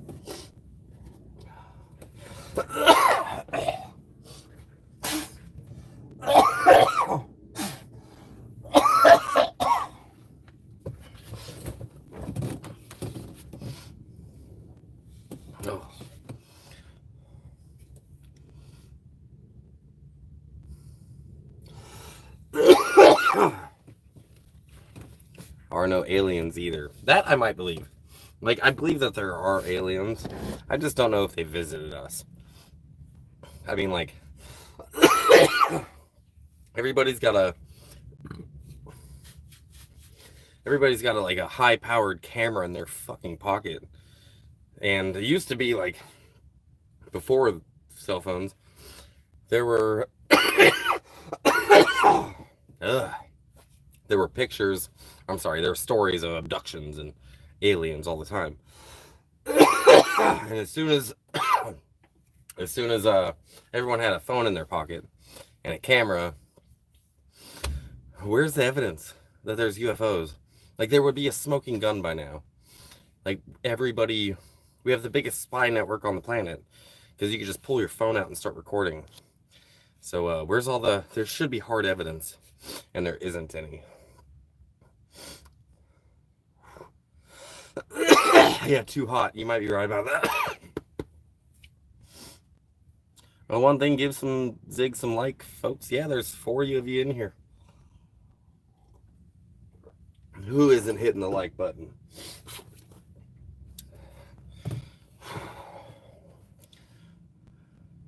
Well, if we landed on the moon once, well, someone should do it again, right? Why? Like, what for? There's really no goal on the moon. There's nothing there. There's not resources. There's not a tactical advantage. There's really no reason to go back to the moon. I mean, even the research that you could do there is, I mean, we've already got the moon rocks and tested them. It would be outrageously expensive to go back. Now, to use it as like a jumping off platform to another, you know, farther deep space exploration, sure. But in the last 50 years, there's really been no reason to go back. Like, we're not racing the Russians anymore. That's why I hate dabs. That's why I'd prefer flour, to be honest. I honestly prefer flour because it's not as harsh. Dabs are kind of harsh. I mean, they do the job, but...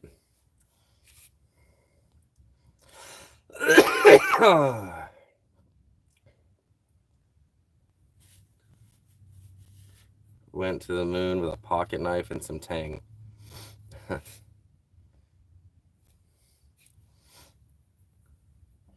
Look up the video where you can see a plastic bag blowing in the wind on the moon, and they cut the video off right after.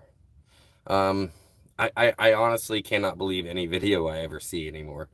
Like, it's so easy to fake videos, dude. I could make a video of showing like a gazelle running in the background on the moon too. That doesn't mean that we didn't go to the moon. In fact, I bet we're like 10 or 20 years away from video evidence not being admissible in court. I bet you that. I'll bet you money within 10, 20 years, video evidence and picture evidence will not be admissible in court. So think about that for a second. With the AI creating art already, right now it's pretty basic. It's pretty easy to tell that it's AI, but sometimes not. Then, as that gets better, I can make a video about anything.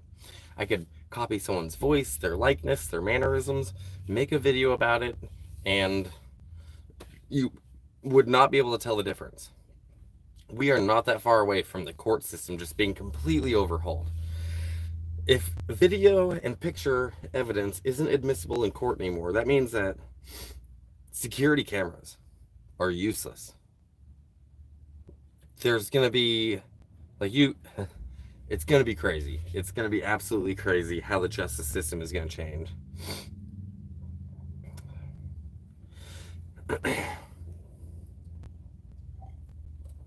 So as far as a bag blowing on the moon, I'm calling bullshit. No, there wasn't.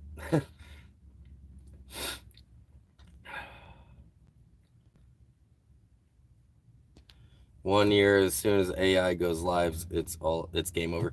Oh God, no. Hey, you guys, AI has been live. AI exists. It's been around. It's not new. Like, anyone who thinks that AI is suddenly new has not been paying attention. You have been using AI for the last 10 years. You are using it right now because you're on YouTube. AI is not new. The only thing that is new, it's not even that new either, but it's called a language model. When the AI isn't just adapting to the inputs that it's got. AI has now got a language model that they programmed into it so that it can talk to you. It can have a conversation. And that's not even that new. It's really not. But that's what everyone's freaking out about, is the fact that you can have a conversation with it. I use AI all the time. I was telling you about that router up there, and that I made a program using Python to do it. I used AI for that. Like, AI does not have its own desires, wants, dreams, aspirations. It's kind of like the nuclear technology, right? The nuclear technology can create clean, vast amount of energy. You can power your entire world with nuclear energy, and it would be the cleanest way to do it. Yes, there are things that nuclear energy you have to go store into the earth because it's radioactive, but it's still cleaner than coal. It's still cleaner than natural gas, and it's more reliable than solar or wind. But you can also make giant bombs with it. So it's kind of the same thing with AI. You can use AI to be more productive, to create websites, to create art, to help you with spreadsheets, to create programs, to help you with your router. You can even use AI to help you with your YouTube channel, which I've talked to AI about it before, but you can also use AI to do nefarious things too. AI does not have any wants or desires or dreams or aspirations. It's not like that. That's not what it is. I feel like most people just watch too much fucking Terminator, and they think they know what AI is because they've watched TV in the 90s, and they actually don't know what AI is. Most of y'all don't know what AI is. If you've never used AI, which it's free, just go to bing.com and click on chat. There's AI. That's Chat GPT 4. You can have a conversation with it, and it's been live, you guys. AI has been live for years. 10 years at least, we've been using AI. Every time you swiped your debit card, every time you clicked on Netflix, every time you opened Facebook, you were using artificial intelligence algorithms. That's what that is. Now they've just added a language model. I have AI on my hard drive, a language model for AI on my hard drive that I can run on my PC and have a conversation with it.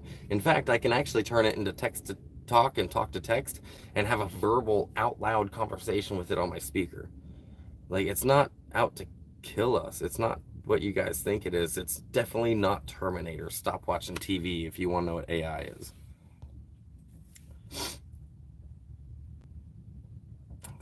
Send spent nuke fuel rods to the sun. Problem solved. No Earth pollution. Yeah, that might be a good idea too. Um, it'd be very expensive, very very expensive, but it would take care of that problem for sure. The problem with sending things to the sun is that you don't know. See, watch the movie I, Robot. No, that's not what AI is, you guys. God, Jesus. That's exactly what I'm talking about. The only thing you guys know about AI is what Hollywood sold you. But if you've never used AI, you don't know what AI is. Yeah, Google text to speech is a version of AI. Every time AI's been around and the world didn't end. If the world's gonna end, it's not gonna be AI that does it. It's gonna be us. It's just funny. I've been, it's not breaking my brain. I've just been reading these comments about AI on online for the last, I don't know, year or so, and it's literally rooted in ignorance. You guys, most people don't who are super against AI don't know what it is. You don't know what it is. You've just watched Terminator, you watched iRobot, you watched War Games, but most of y'all never. You only know the thing that you know about AI is what Hollywood sold you.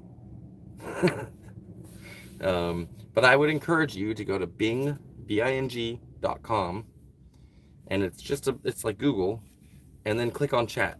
There's Chat GPT-4 that's live, access to the internet, and it's basically like using a search engine but better. It's a way better search engine. If you want to get on to if you want to search for something, typically what you do is you go to Google and you type in what you're looking for, and you end up with the results that Google sells you, right? They tell you these are the best results, except those people paid to be on the top of that list. What AI does is just a better search engine, like the new Chat GPT-4, better search engine. I type in something like, how do I build out my van? And they're gonna be like, okay, here's some stuff about how to build out your van, but tell me a little more about your van. What kind of van do you have? How many people are living in it? It'll ask you questions to help better answer the question that you have. And then it's just a much better search engine. AI knows what you're looking for before you do. I mean, if there's I'm sorry, I'm not trying to insult you, but I'm definitely not going to take advice on AI from someone who thinks the Earth is flat and we didn't land on the moon.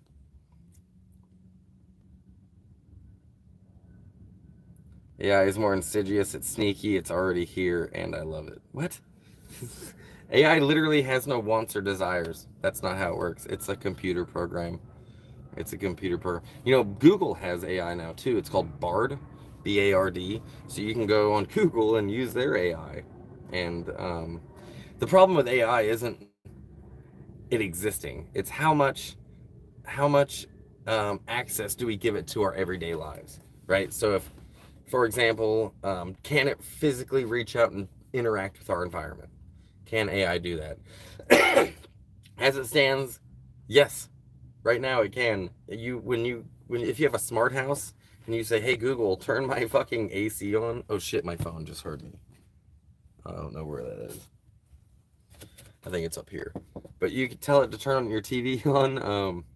It's using AI to do that, artificial intelligence. It's just algorithms that learn and adapt over time.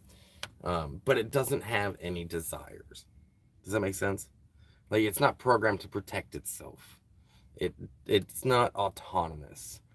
Um, it's not what Hollywood has sold us. There's my rant. I know I went off on a rant, and there's probably a lot of comments going, "Calm down, Zig, calm down." But yeah,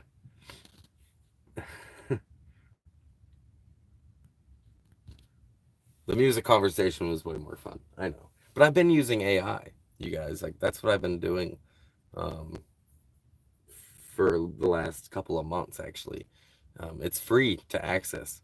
But what they did with ChatGPT 4 was 2 years ago, they stopped updating it with current information. So if you were to ask, maybe now it's changed since Bing has now gotten access to ChatGPT 4. But if you go to openai.com and you access ChatGPT 3, which is free, um, you can have a conversation with it, but they don't update it anymore. All the information it has is from 2 years ago and nothing beyond that. So if you ask it about current events, it's not going to be able to tell you anything about current events, because they're not updating the information anymore. AI created Zig. Yes, yes, I am AI. With most conspiracy theories, I don't buy into it because so many of them are so easily disproven. However, there are definitely some conspiracy theories I buy into. Have you guys ever looked into the Denver airport? The conspiracy theories around the Denver airport?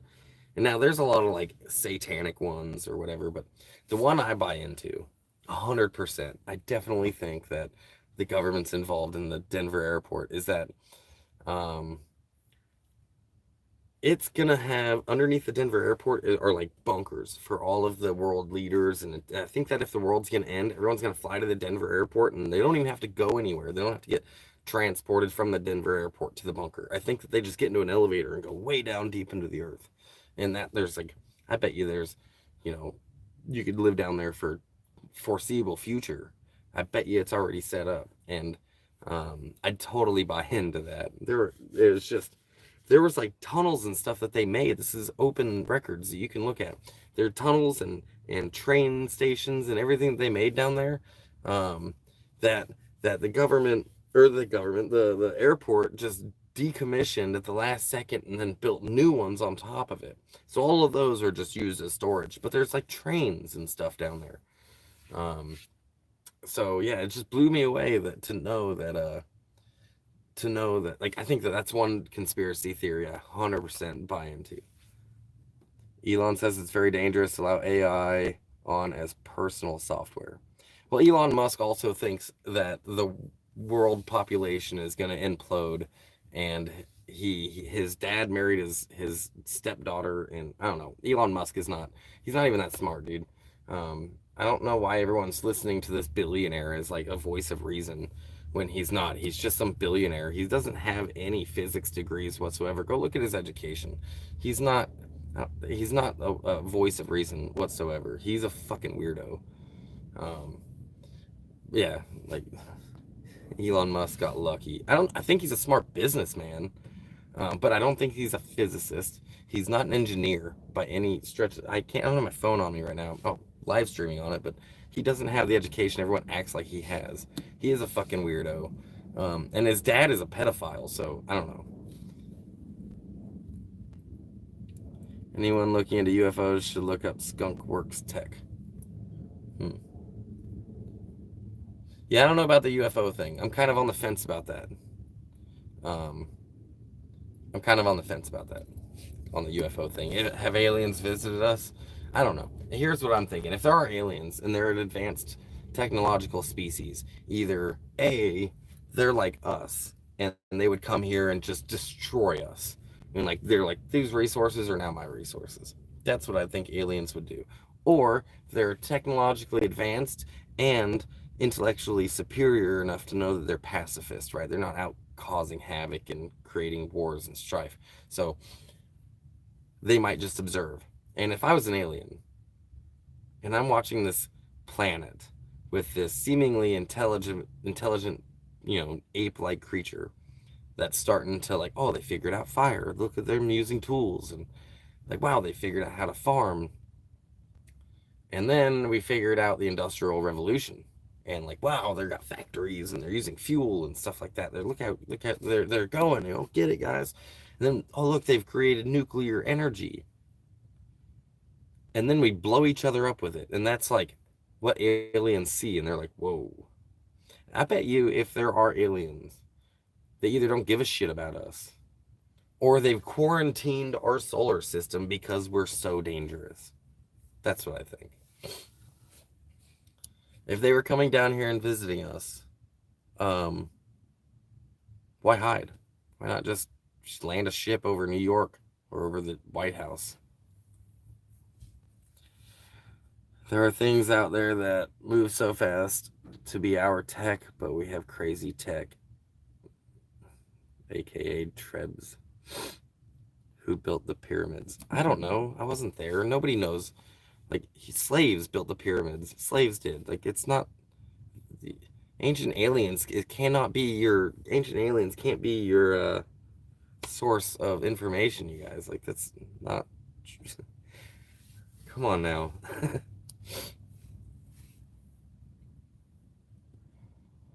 Like, why would aliens even want to get to know us? Why would they want to get to know us? Like, we have lights in our shoes and we nuke each other. And then, how are we going to explain to them that, in most of the third world, they still forcibly circumcise women to reduce their sexual pleasure so they don't cheat on their husbands? Like, how are we supposed to explain to this alien ambassador, like, why we the redneck with the stains on his wife beater just beat the shit out of his old lady because she didn't have dinner ready? Like, this is the species that we are, and I don't think aliens would be that fucking impressed. I'm not. Impossible humans cannot build pyramids. That's not true either. Yes, we could. We did. There's literally no evidence that aliens were here building pyramids, you guys. And slaves totally could have. Just like it says. Like, this isn't mystery. It's just it's just impressive.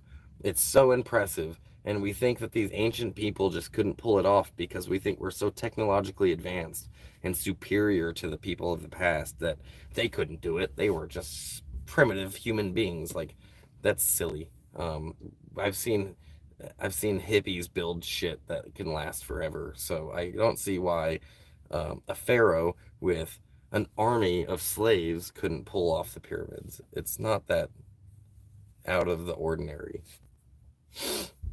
And the fact that it follows the stars is just more evidence that it was us, because the stars is exactly how we defined ourselves back then. Hey, the things happening up there must be directed at us down here. That's the only explanation. So we built shit to reflect that. That's more evidence it was us. You think the aliens want to line our pyramids up with stars? Like, why the fuck where's the advantage in that?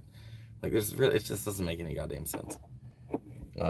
I used to wonder about the pyramid thing, but I don't anymore. I think it was 100% us. I don't think aliens were here building for us. And it's not really that out of the ordinary to think that a team of an army of people couldn't move blocks from 100 miles away. It's just impressive. And people don't really think that highly of ancient humans. They think that they were primitive and stuff. But ancient humans figured out that the earth was round 2,000 years before Jesus by using trigonometry and shadows. We did the math in my trig class. Like, it's not out of the ordinary to think that they built the pyramids. Earth, the Kardashians of alien TV. I bet you we're more of a horror movie than Kardashians. It's probably I bet you they're terrified of us. We have a cycle of the same stuff happening. Humans have been highly advanced way before history. It's all a cycle. Yeah, I've heard that new theory too. And yeah, I just don't buy that either. Hey, Jeannie. I'm gonna call you Jeannie. Welcome to the channel. This usually isn't my forte. I'm not usually ranting about flat earth stuff or ancient aliens.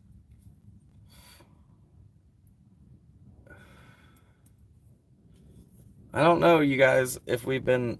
Okay, so here's the thing that I wonder about, were we more advanced before? And, there's no remnants of it.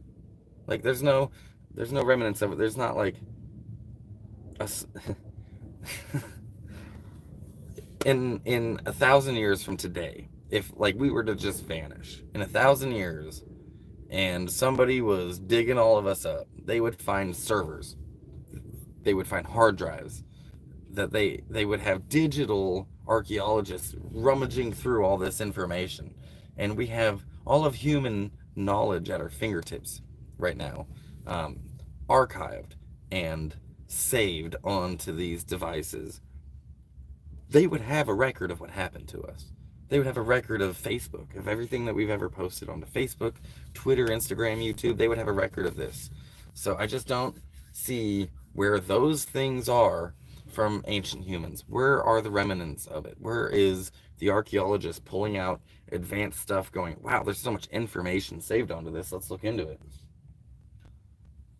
I do know that there are ancient cultures whose languages we have not been able to translate. Like, we were thankfully grateful enough to have the Rosetta Stone, which allowed us to translate ancient Egyptian, but it did it because we knew another language that was still alive, and it translated that too. So between the two of them, we could link one and then go to ancient Egypt.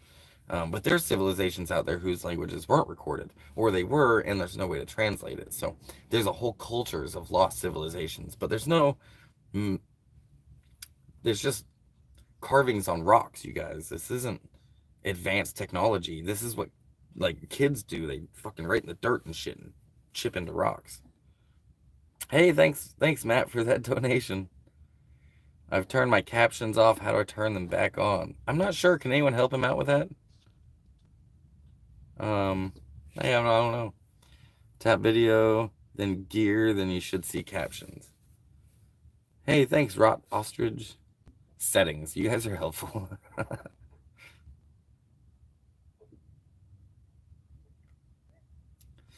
I've recently heard that the cycle thing for humans, like, and then it gets reset, and then we get advanced, and then it gets reset, and it gets advanced, and it gets reset. Um, I heard that theory recently. There's just not much as far as the way that science works, you guys, is you have a theory, and you test that theory, and you can recreate that that experiment, and you get the same results every time you recreate it. We just don't have that when it comes to archaeology. Archaeology is a total guessing game, and anyone who says, "Hey, I know what happened 8,000 years ago," is full of shit. I don't care how educated or smart they are.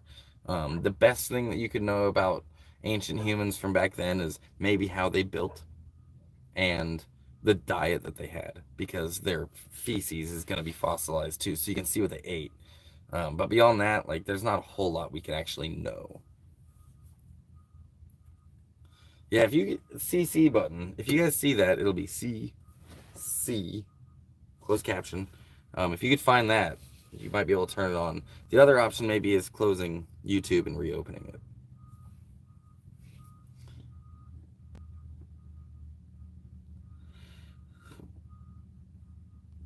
And thanks so much for that donation, dude. I appreciate that. Lemurians? I don't know what that is. Lemurians? NorCal?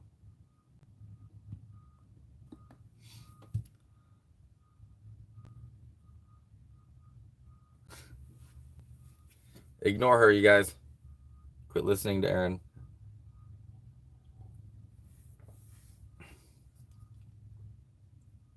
Sup, fire up. I actually had a dab a little bit ago. Actually, not even that long ago. And it takes me a minute to do a dab because I'm heating my nectar collector up off of my cook's top. I don't have a torch, so yeah. I saw your post in the cheap van life page. How is San Diego? San Diego is much nicer than Slab City was. It's busy. It's Babylon. And traffic, and I can't really spread out. Like, I can't open my doors and put my table out, my cooktop out there. But the weather's better. I'm gonna show you all this where I'm at. This is where I'm at. This is my window in my van right here. And it needs to get cleaned. It's got slabs all over it. But yeah, you can see the roller coaster over there, all the palm trees, and the water is just over there on the other side of that grass. It's really pretty here.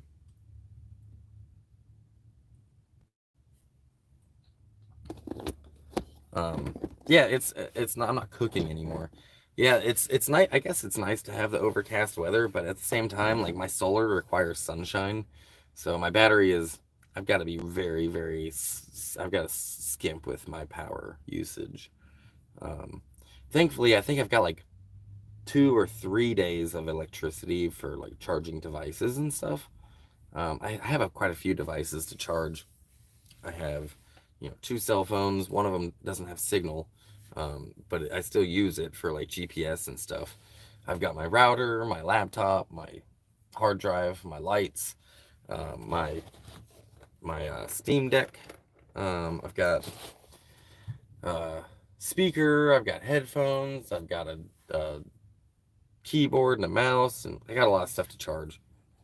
So I probably got like 3 days worth of electricity when everything's full, and then I'm gonna have to worry about the sun. So nice, love palm trees. How soon will you be back in Slabs? 2 weeks. Try to time your package. I don't know yet. Hopefully I'll be back before 2 weeks. I'm trying to figure out the next thing I've got to iron out in my to-do list, right? So my truck right now is still back at Ponderosa. I get paid in 2 days, which I'm like, I think I've got like $15 in my pocket. But I get paid in 2 days, and when I get paid, I'm gonna figure out a way to get back to Slabs to get my truck. I'm gonna leave my van. I'm gonna drive my van up to Los Angeles and I'll leave it there, and then I'm gonna get to Slabs, pick up my pickup, and then drive back to LA. And then I'll be doing van life in Los Angeles instead of San Diego. Right now, I just came to San Diego. I really should have gone to LA since that's where I'm gonna be, but it was either a 2-hour drive to San Diego or a 4-hour drive to Los Angeles. And with the amount of money I had and the gas and stuff, I decided to just get the hell out of the valley and get to San Diego. So, when I get paid, I gotta drive up to LA with the van. Yeah, that's what it is. I don't know when I'll be back at Slabs, but hopefully the first week of the month I'll be on my way there. If I have to take the bus, I'll probably be doing that. What's up, shepherds? Damn, there's a lot of people in here.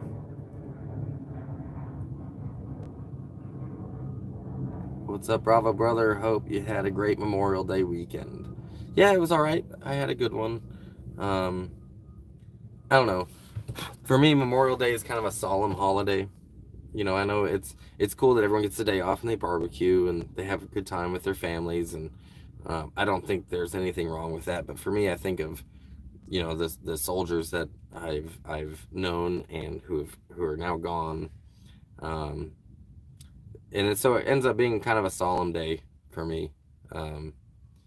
But I think it's great that our country still celebrates it, and they have the day off and they barbecue, and they get drunk and whatever. Like I think that's cool. Hang on one second.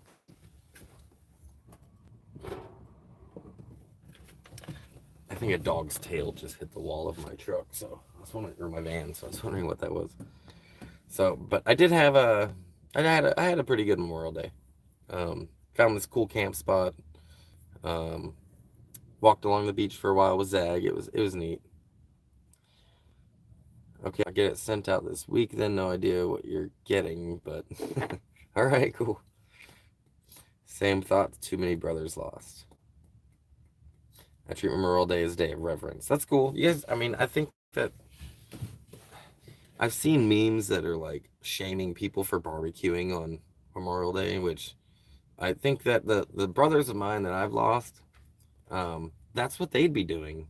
Like, do it, celebrate it, put your flags out, have a barbecue, invite your friends over, have a drink. Like, it doesn't have to be sad for you like it is for me. Like, it should be celebrated. That's what they'd be doing. But for me, they aren't doing that. So that's what I think of. That's how I view Memorial Day. The holiday has turned out to be like Christmas, and the only celebration is discounts at your local hardware store. Hey, that's cool too, man. I think that holidays can be really personal as far as what they mean. Like 4th of July, for example. Some people are really patriotic and they love 4th of July. Other people are pretty disgusted with our country and don't celebrate it the same way. Same with Christmas. Easter, Thanksgiving, like pick a holiday. So what holidays really mean are kind of personal to you. If Memorial Day is one of those ones that's not like surrounded in a bunch of bullshit and you can actually just have a good time, drink with your buddies and have a barbecue, dude, do it. Yep, I don't celebrate 4th of July. That used to be my favorite holiday.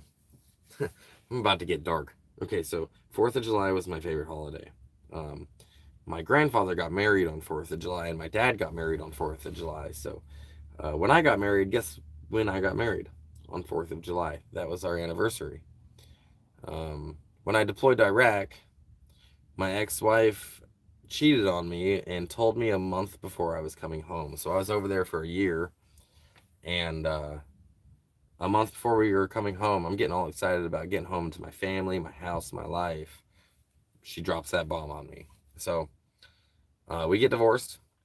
She ends up remarrying the dude who she cheated on me with. And guess when their anniversary is? Guess when they got married? On 4th of July. They got married on our anniversary this.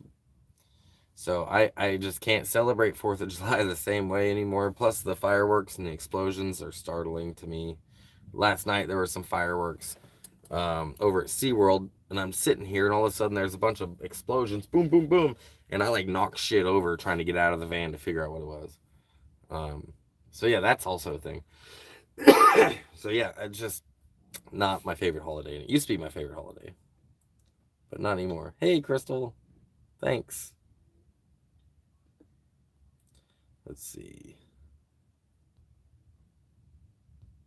Trying to. Well, yeah, that sucks. It does suck. It does suck. It's every year. 4th of July is a contentious holiday for me.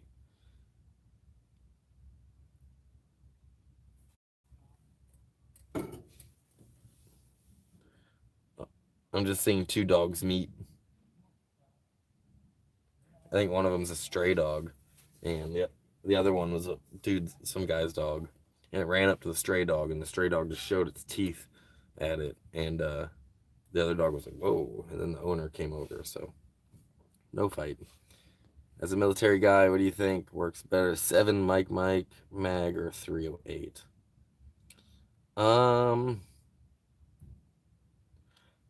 I don't know.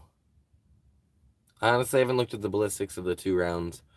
But here's what I know about ballistics. Like, I don't know exactly what you're asking me, to be honest. Which one works better? I'd say any bullet works pretty good if you put it in the right spot. Like, but it depends on what you're talking about, like what you're using it for. But the 7 Mike 308, they're not even all that different. Slightly different sizes, but yeah, I don't know. It's just, it matters where you put the bullet. I mean, the United States military uses a 22 caliber, which is an assload of powder behind it.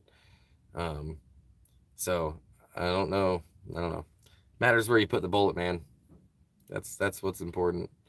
Like if I shoot you with a 308 in the foot or a 22 in the face, one of them's gonna work better than the other. So what has more power? Well, force equals mass times acceleration. So figure out the mass and the acceleration of one, and figure out the mass and the acceleration of another, and you'll figure out the force.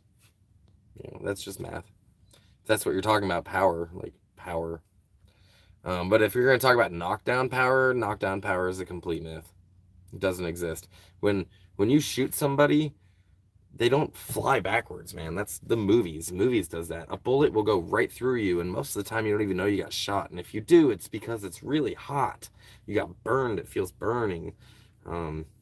So yeah, knockdown power is complete bullshit.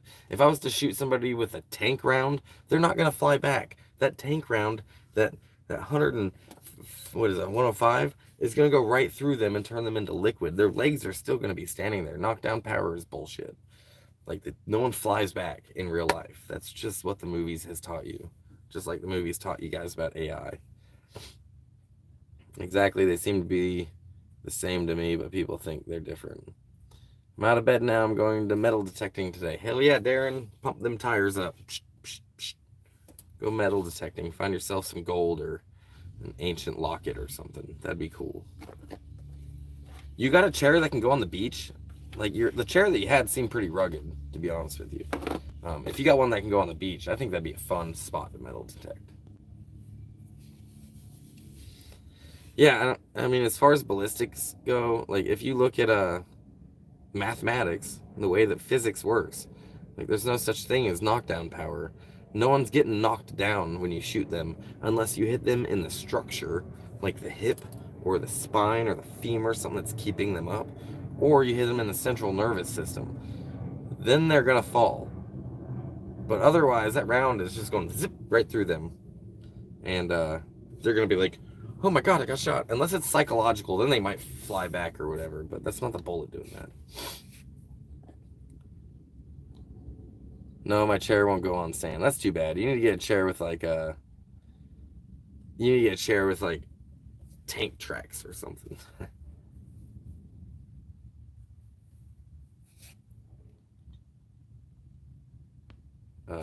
4570 knock you on your ass. Yeah, I don't know what that means.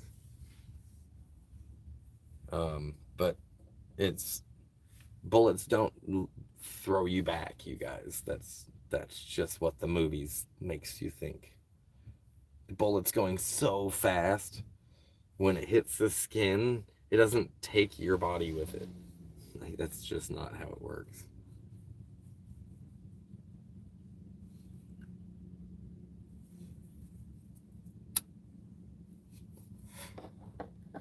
It's like shooting a water balloon. It's like hitting a water balloon with a dart. Like the water balloon doesn't go and fly backwards. Like that's it just goes right through the water balloon. Yeah, so 4570 was made to take down buffalo, if I remember correctly. That's cool. You can have the biggest bullet you want. I'm here. I'm telling you guys. It might shoot a buffalo, but I promise you it didn't blow that buffalo backwards. The buffalo just died. The bullet went through the buffalo. The buffalo was like, "Oh my god," and like fucking died. It didn't fly backwards.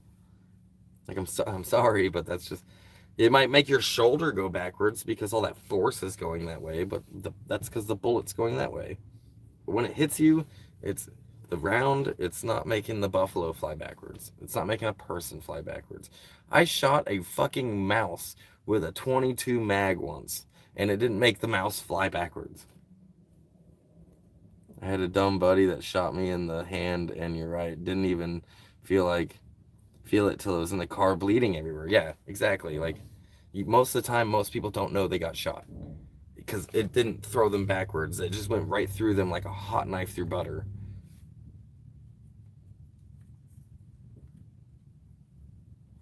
Um, but as far as like which round is better, which ones, I suppose it depends on what you're using it for. If I'm shooting at like an engine on a car, I'd rather not use a 22. Um, but if I'm shooting at a human being or something that's alive, it doesn't matter.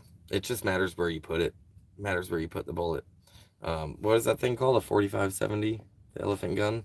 If I shot somebody with a 4570 in the foot, and then I shot them with a 22 in the face, like I said, like one's gonna be better than the other. So when it comes to ballistics, don't buy into the knockdown power. Some people will be like, "Oh, I carry a 45 because it's got more knockdown power, bro."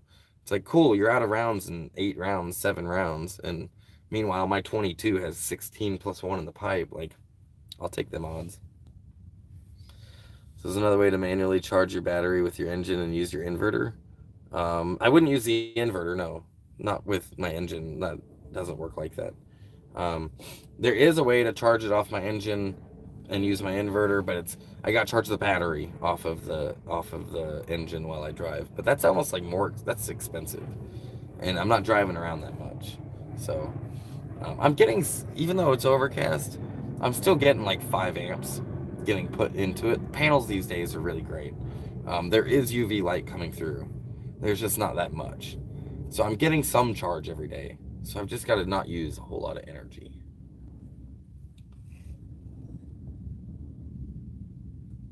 You're wrong, Zig. Use 65 grains of powder too. Well, first of all, it's the wrong you're. But I'm not wrong. So it's whatever. You don't have to believe me. That's fine. The truth doesn't require me to convince everyone that it's the truth. It just is. 9mm 21 round mag is the way to go. No need for extended mag that will jam. Especially cheap magazines. Yeah, that's true. Foot will blow off. Well, yeah, your foot will go. um, okay, you're talking about I'm wrong because if I shoot somebody with a 45-70 in the foot versus a 22 in the face, and I said one is going to work better than the other, I'm not wrong. One is working better than the other. Blowing your foot off isn't working better. Like, I don't know what you're trying to argue here, but I'm not wrong. So, if you're trying to stop a threat and kill someone, and you're saying I'm wrong because blowing their foot off would kill them, like, okay, eventually, yeah, they might bleed out, but they might still come at you too. People that are shot they don't stop what they're doing. That's why people shoot so much. You just shoot until the threat is stopped. And sometimes it takes a lot of bullets because you can get shot and like still attack someone. If someone gets shot in the heart, they could still come after you.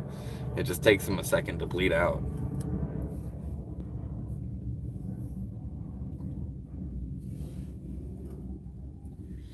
Oh, my coffee's gone. It's kind of cold. I should have sipped it the whole time.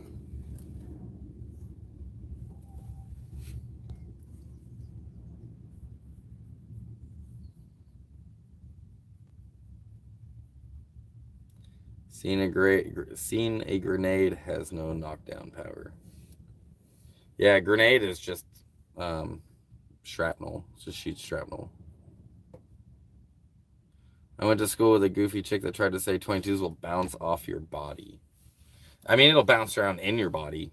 Like, it'll ricochet off bones and stuff, but it's not going to bounce off your body. A BB might. Well, they have those 22 caliber air rifle pellets. Those will bounce off your body if you're good enough distance away. If you're too close, it won't. It'll go in, but I have a portable power station. When I charge it for my cigarette lighter, it balances the voltage from the car's battery, but still has my bank higher than what it was. So I do have one of them portable power stations. I'll show it to you real quick here. Here's what I got. Got a lot of stuff plugged into it right now. But yeah, this I charge off my inverter. So at nighttime, I can use this. This right here is my fridge, which I'm not even using my fridge right now, which is right here, is my fridge. And then I've got, this is my router, and this is an extender. This wire right here wraps around this, goes up against the wall, runs along the wall, all the way to the bed, so I can charge my phone while I sleep. And then this right here turns my inverter on and off. This is a Bluetooth module for my charge controller, which is here. So I can use the Bluetooth to see the voltage for my panels, how full my battery is, stuff like that. And then I got my light right here. This is a docking station for the Steam Deck. This is just another battery pack I should probably put away so it doesn't fall while I drive. There's a tablet, which I'm eventually going to turn this tablet. I'm going to mount this tablet up here, and it'll be the brain for my van, because I'm going to turn this into a smart house. Oh yeah, and don't mind the pink dick. Don't mind that. It's just a pink dick. A little plastic pink dick that someone got me from a sex shop once, so I've got it hanging there. But yeah, I'm gonna turn my van into a smart house, basically. I'm gonna make all my lights, voice activated. I'm gonna make everything's gonna be voice activated. I'm gonna put an AI language model into my van too that I can communicate with. So if I have to look something up on the internet, I could name it first of all and give it whatever voice I want. I could pick Morgan Freeman, and then I'm going to have conversations with it if I want to look something up or know something or know how to do something. I can also make it do spreadsheets for me. Like, hey, will you build me a spreadsheet that does this? Or can you build me a program that does this? Or build me a website that says this? And yeah, my van's going to be ran on AI. So get a Renogy DC to DC charger to charge when driving. Yeah, that is actually a great idea. Most of my solar system is Renergy already. Um, my my battery is Renergy. That's Renergy. My inverter is Renergy. Um, and so a DC to DC charger is a great idea. What I was thinking about doing, aside from that, would be the best option. It really would. But I could also just run a wire from my alternator to my deep cycle battery, and then put a switch in between them, and just have the AI tell me, "Hey, turn the switch. Your battery's full," so I don't overcharge it.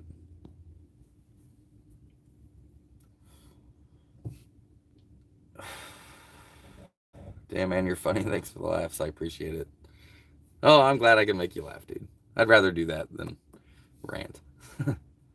I would love to yell at my van in German. I mean, you totally could. Anyone can do this. It's really not that difficult. You can download AI language models onto a hard drive. But it is better to run it through a GPU instead of a CPU. And I don't have a computer that has a GPU like that. I have CPUs. So it'll be kind of slow going until I get a better computer. And I don't think I'll ever get a better computer. Not one. I mean, those computers I would need to run the language model the way I'd like to are like $2 or $3 grand.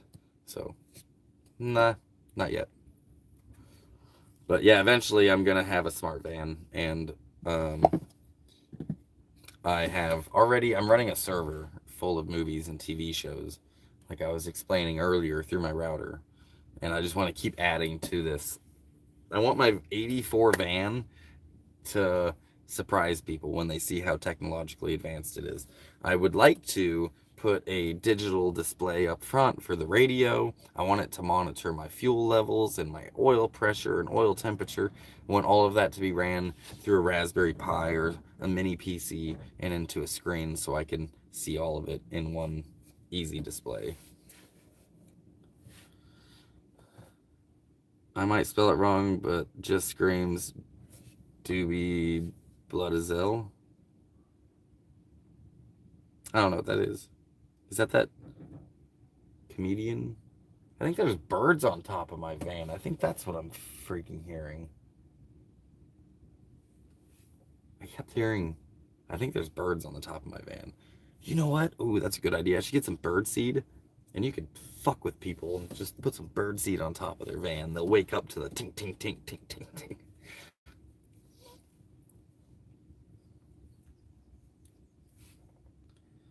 I'm out of here, y'all. Got to start a summer class online. Much love, fam. Hey, take care, Aaron. Happy studying. Direct charge will damage the battery bank. Van has a high volt alternator already, I bet.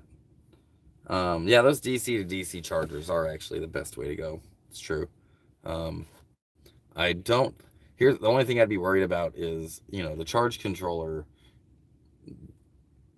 discovers, basically tests what kind of battery that is, and then it charges it appropriately.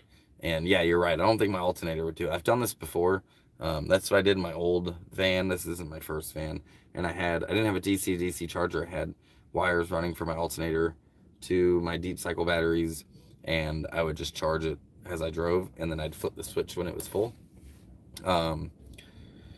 So I don't know if that's, yeah, a DC to DC charger would be the best way to go. Because when it's full, the DC to DC charger would just, first of all, regulate the charge appropriately for that battery, and then it would also turn it off when it's full, so it doesn't overcharge it, which is really bad for a battery.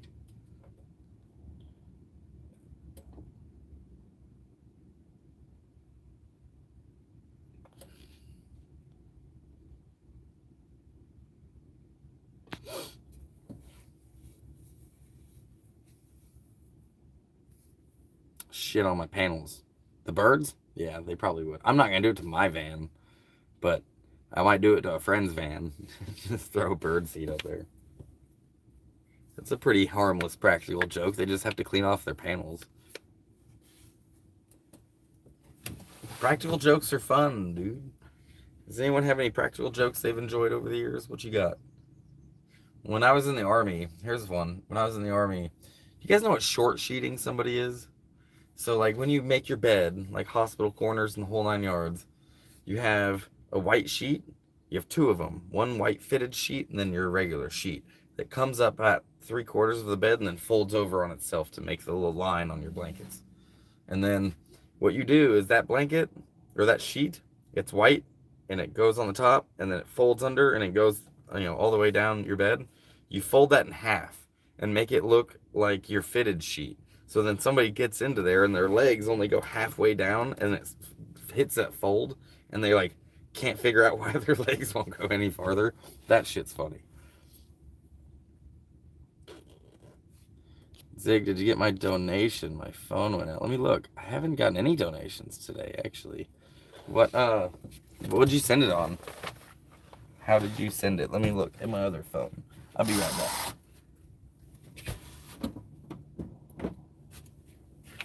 Oh, by the way, here's Zag, right here. If you're wondering where she is. She's just been chilling on this chair the whole time. On the other chair I got. Right here. She's just sleeping. She was pretty excited to go to the bathroom this morning to go potty. She likes the sunshine and to see what's going on out there.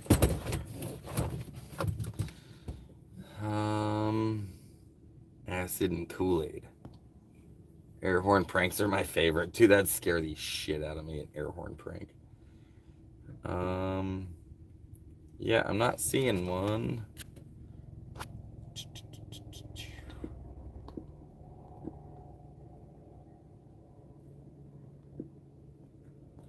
Sorry, yeah, no, I don't see one. Air horn pranks are pretty good. But yeah, like loud noises are very startling to me. How do you make a dead baby float? Turn him into a canoe.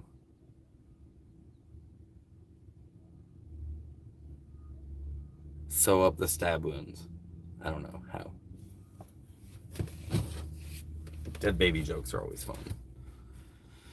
Like how many babies does it take to paint a house? It depends on how hard you throw them.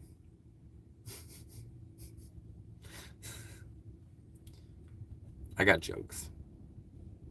Let's tell some jokes. What jokes y'all got? That's a gruesome one. How do you get a baby out of a blender? Doritos.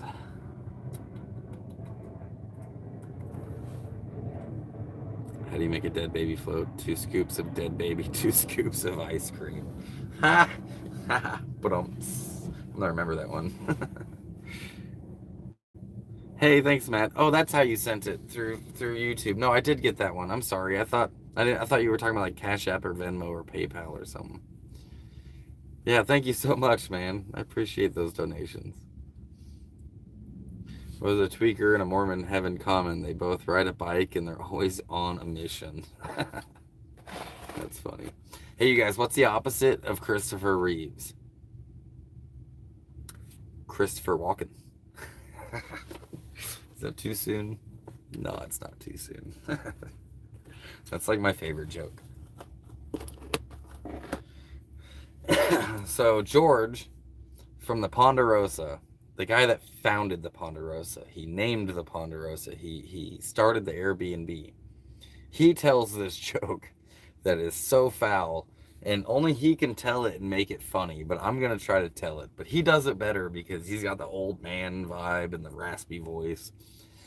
But we'll all be hanging out telling jokes, and he'll be like, how do you get a dog to stop humping your leg?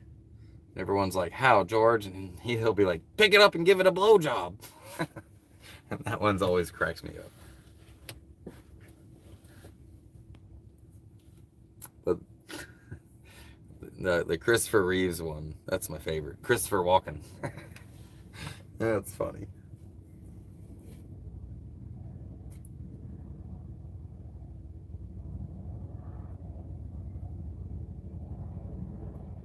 What do you call a blonde that dyed her hair brunette? Artificial intelligence. Hey, there's a cop rolling by.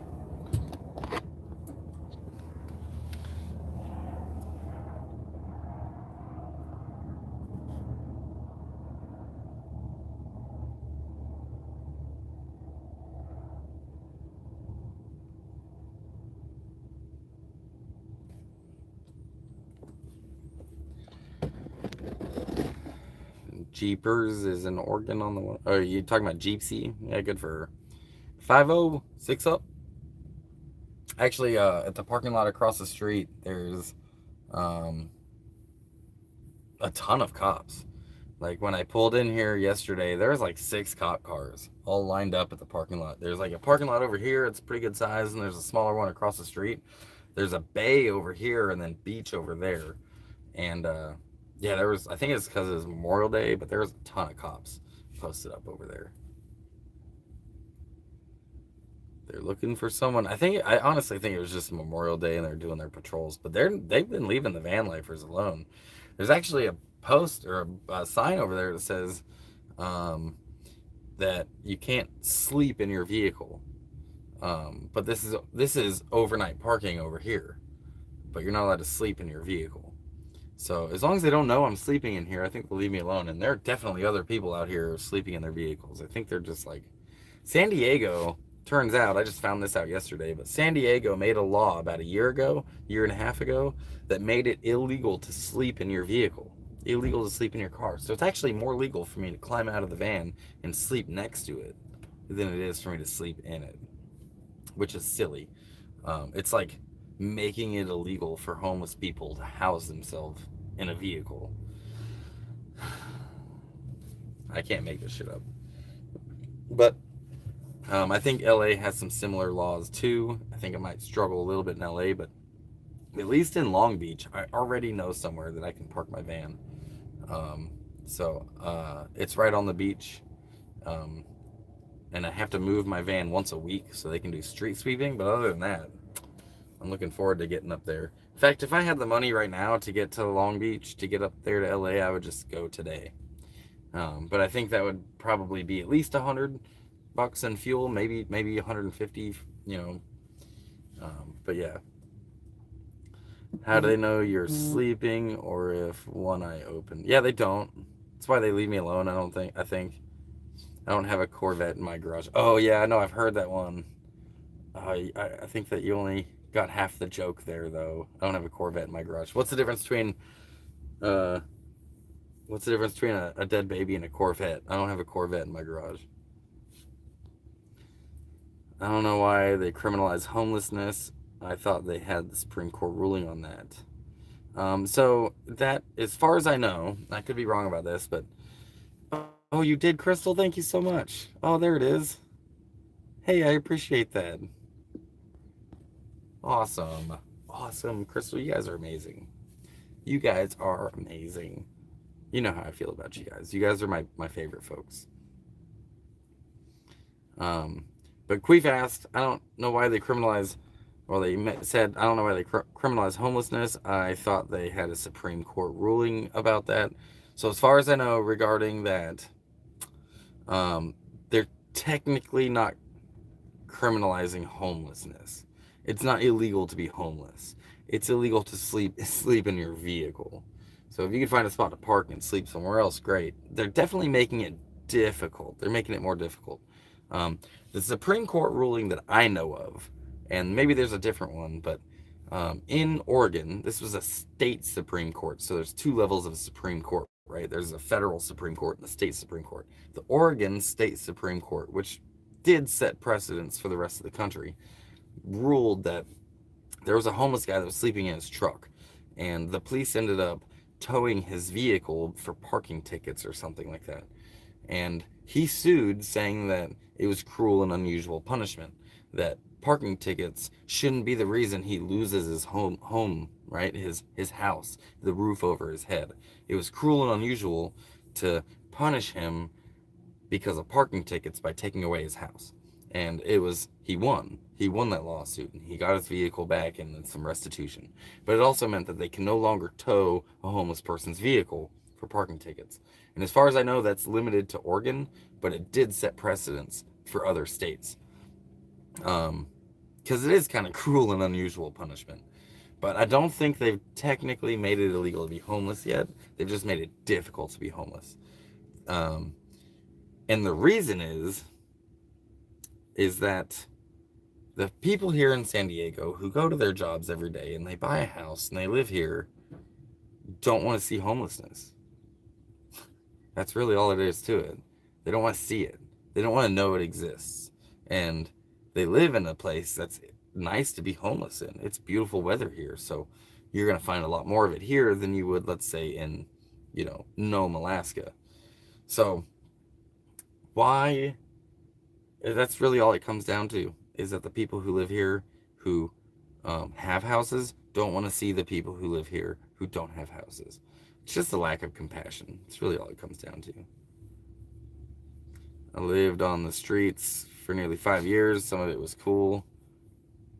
Yeah, I mean, it's. I've never lived on the streets like that. Um, so I can imagine doing the van life thing is pretty cool. I am technically homeless by definition. So I enjoy the change in the traveling and stuff like that. And I don't know. I think most of the laws that it's the NIMBY, yeah, not in my backyard. People don't want to see struggle. They want to know that the place that they live is like perfect utopia, and it's just not.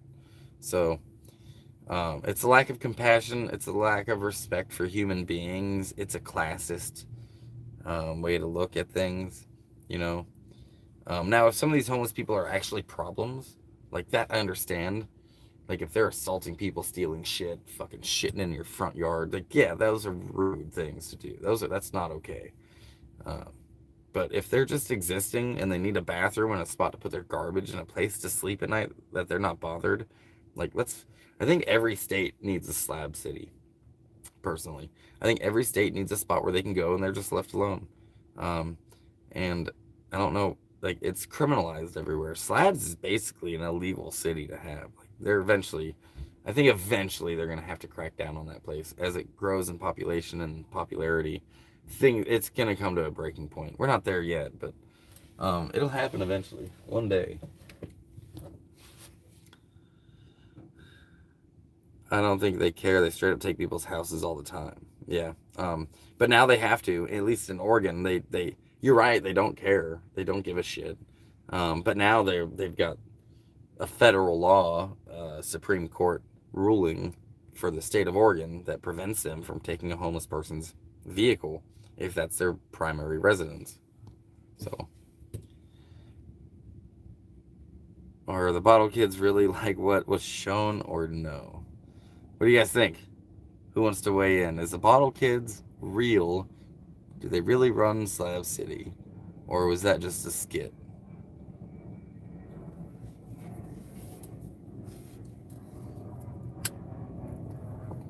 I'll say this much about it. Every skit is rolled in a little bit of truth. That's what I'll say.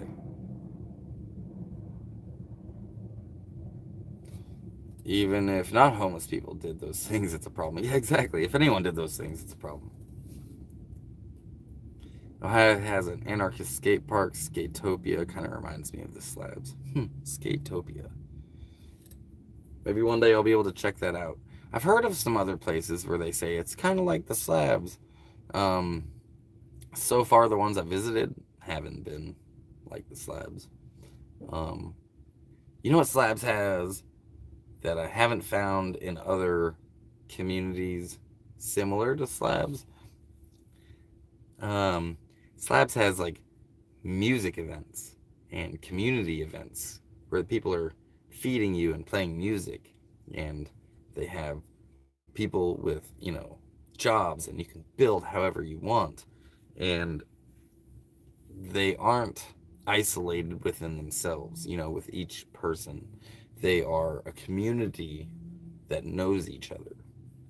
And like I also have property out on the Mesa, and if you guys have ever heard of the Mesa in New Mexico, it's people say it's very similar to Slabs. It's lawless. You can build however you want and actually live out there, and it's not quite the same.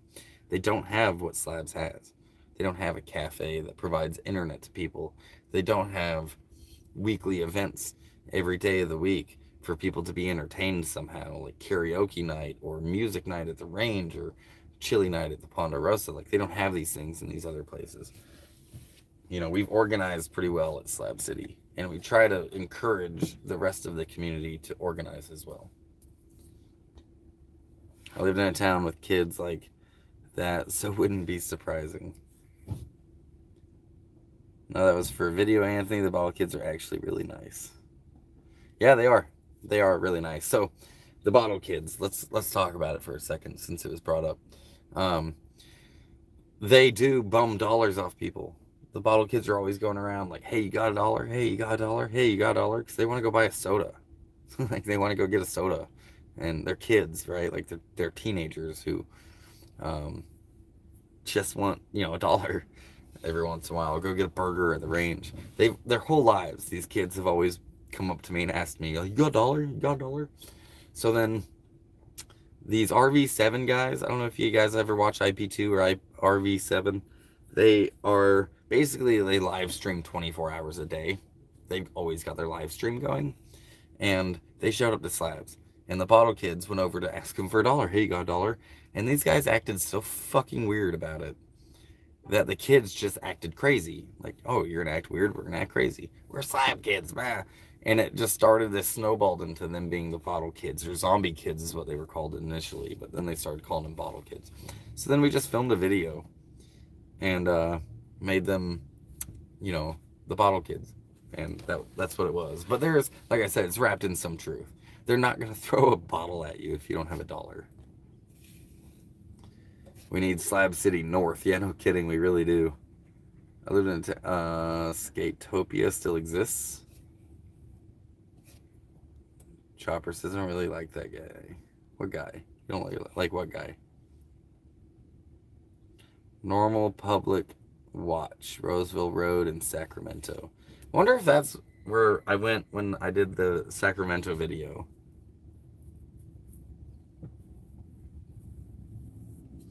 Where I live now, I just play basketball against the kids at the basketball court we got and let them win so they can go get some stuff from the gas station. Makes sense. Hey, that's cool. That's cool. The kids feel like they accomplished something. They play you for a little money and win. That's neat that you do that. No, I'm gonna tell you what. Them bottle kids have asked me for money ever since I've been going there, and look, you got a dollar? You got a dollar? I always say, if you do a chore for me, hey, go throw this away, go take out the garbage, and then they get a dollar. So, yeah, it's not like I'm just handing out money for free to these kids, but some people do, especially now that video, they get recognized from the bottle kids video, and they'll just get dollars just because of that, and you can see it in their face, man. These kids are straight up honor roll students, like they're good kids, with good parents, and are very loved and intelligent.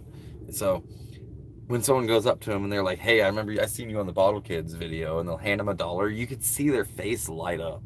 Like you see them smile and they'll go get their damn soda. So they're just kids, you guys. They're just children. They're good kids. Anyone who's met them knows that they really just, want to play video games or do TikTok dances. They're just kids. Like they're normal kids that go to school, and it's not quite like YouTube portrays it. Not quite like I portrayed it on YouTube. Pocket trades. Yeah, pocket trades. Yeah, the kids are hustlers. I remember one time some of the bottle kids went and got like a whole bunch of that like really cheap candy in bulk, like Smarties and Now and Laters and stuff. And they stopped at the entrance of Slabs and were selling little candy to people, like 3 for $1 or some shit. And they were hustling, A Toyota Dolphin-like substance just pulled up next to me. It's that thing. Ithaca. Those things are actually pretty fucking cool.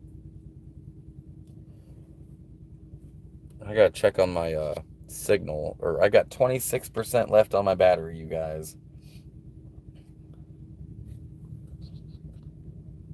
Yeah, I like those. That's an Ithaca. That's Itasca, whatever.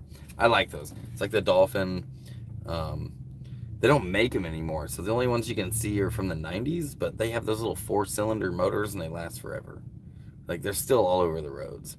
And that one looks like it's got solar on top. Oh, they got like a shower on the top of their RV. That's a water tank. They've got like a PVC tube that they fill up with water. Looks like it's got an air vent above the bed. It's got a fridge. That's a nice little RV. And it sounds like it's running solid. I can hear it.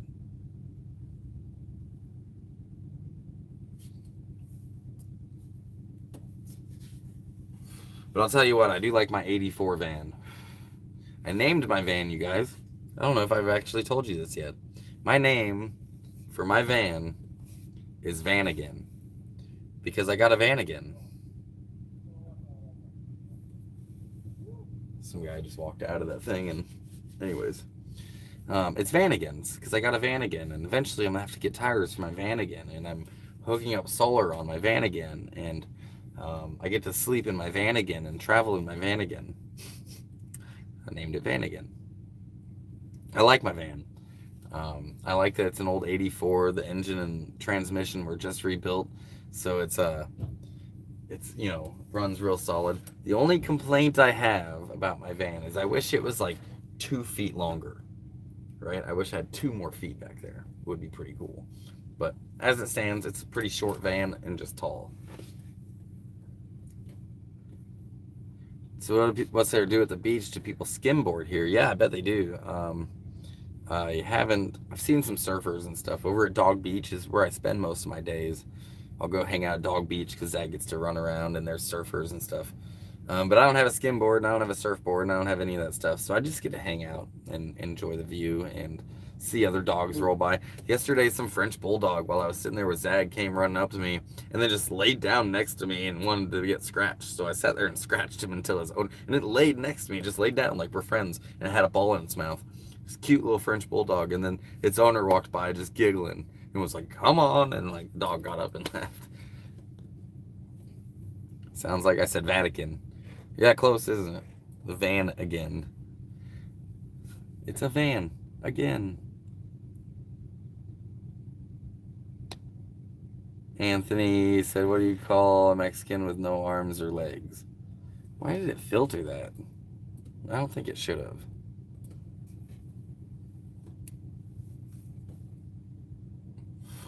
What do you call a cow with 2 legs? Lean beef. What do you call a cow with no legs? Yep, you guessed it. Ground beef.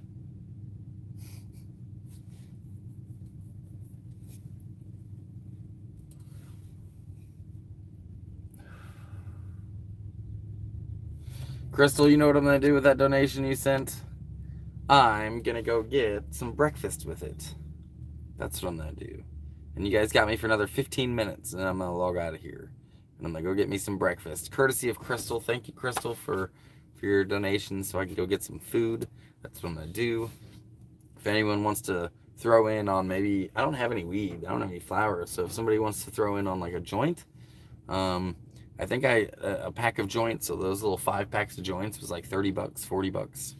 So, if everyone that was in here sent $5, I'd have enough to go get some flour as well. But if I don't get flour, it's cool. I do have dabs. I do have a way to satisfy myself. And I know it's the end of the month, so it's tough on everyone. What do you call a blind deer? No idea. Was it Anthony? Yeah, it was Anthony. I don't know why it... Yikes, yeah, that's not a good one.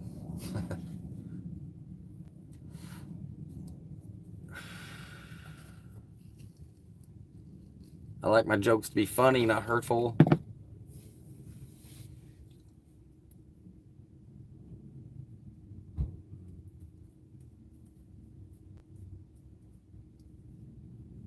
Unless you're a blonde, we get to make fun of you for being blonde.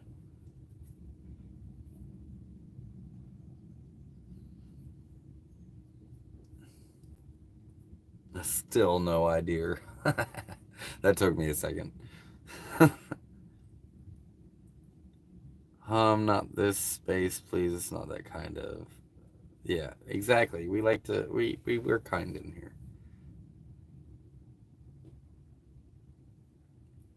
I didn't call you anything. I definitely know some risque jokes, but I'm not gonna share them on my platform. There's definitely ways to be funny without the expense. I'm not saying that that's what you are. I've heard some of the best racist jokes I've ever heard have been from those races. That that are pretty funny too. I'm careful about that kind of stuff. You never know which racist person is gonna actually hear that and be like, "Yeah, that's true," and support their shit ideas. Blame him. I will, Crystal. I'm gonna get breakfast. It's gonna be good. Where should I get breakfast, you guys? Um, I guess I could cook breakfast. I can go get me some eggs and bacon. Eggs. I'm actually a sausage. I prefer sausage over bacon. You can do so much more with sausage. There's so many different ways to do sausage, like breakfast sausage, kielbasa sausage, brats, and all sorts. I'm getting mouth watery now just thinking about it. But with bacon, it's just like, oh, I put pepper on this bacon. It's still bacon. I've got bacon, but it's thicker cut. Like, cool, dude. It's still bacon. It's just bacon. You can do so much more with sausage. I'm a sausage. Sausage.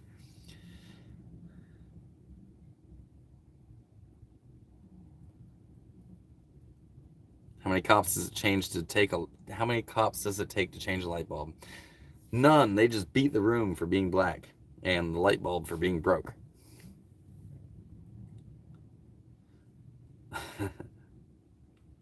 How many blondes does it take to change a light bulb? 2. One to hold the light bulb, one to spin the chair.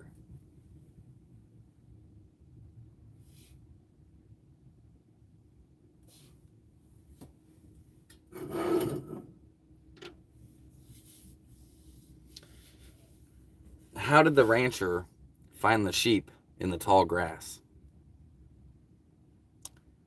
Very satisfying.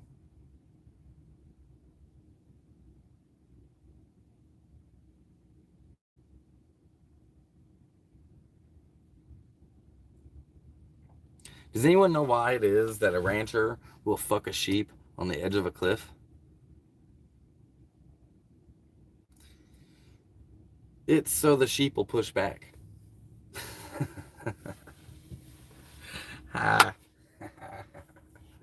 right. I'm going to take one more dab before I log off with you guys to get my breakfast appetite up. Let's see here.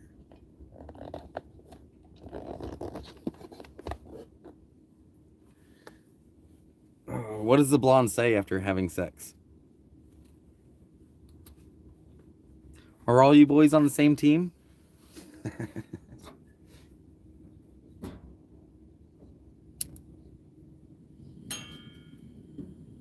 All right, heating up the nectar collector.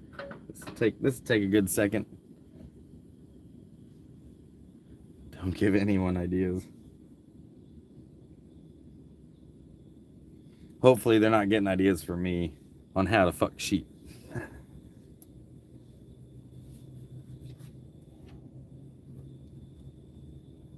If they're doing that, I bet they can come up with some better ideas. RSO for the win this morning. Yeah. This is, I mean, it's a little melted now because I've been dabbing in it, but this is some diamond dabs that I got from Slabs before I left.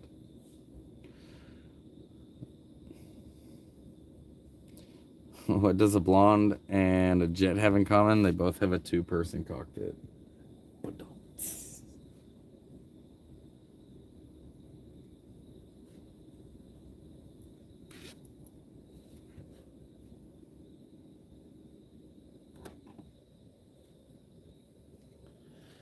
I'm gonna check the condition of my batteries right now using my other device.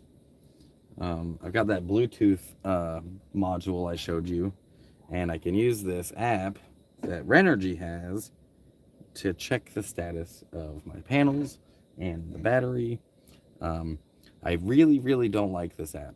Every time I open it, I have to actually add that Bluetooth module to it again. It doesn't just automatically come up. I have to go add it and fucking pick which Bluetooth module it is. It's kind of annoying. But, you know, it's the only one Renergy has until I can get the Internet of Things squared away and measure it with a different way. Maybe even build my own app using AI. AI can actually build an app that can help me monitor my battery levels, which is the kind of stuff that it's good for.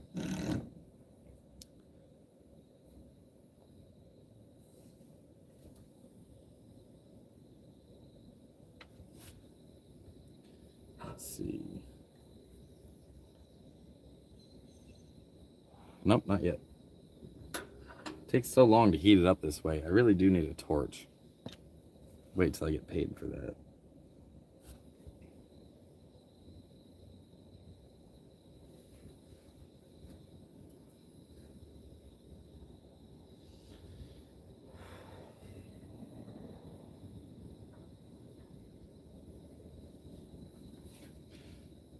You know what chocolate and cops have in common? They might kill your dog. I wish that one was funny. It's just kind of sad. Has anyone ever looked up how many dogs police kill every year? How about every day? If you guys had to take a guess, on average, how many dogs do cops kill in America every day? How many? Just guess.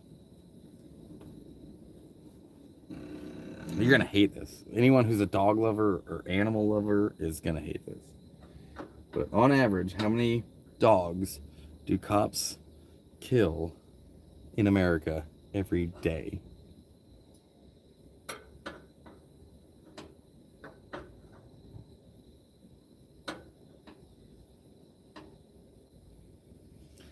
A 100 a day. That's a lot, actually.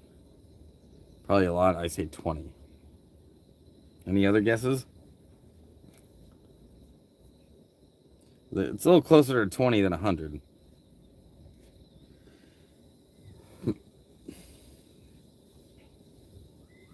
Some of you are probably Googling it right now.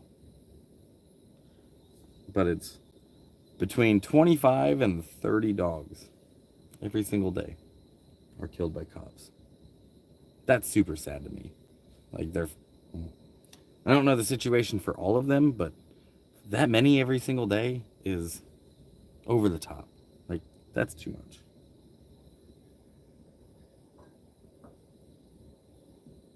That's just bad training. But we do expect a lot from our police, don't we?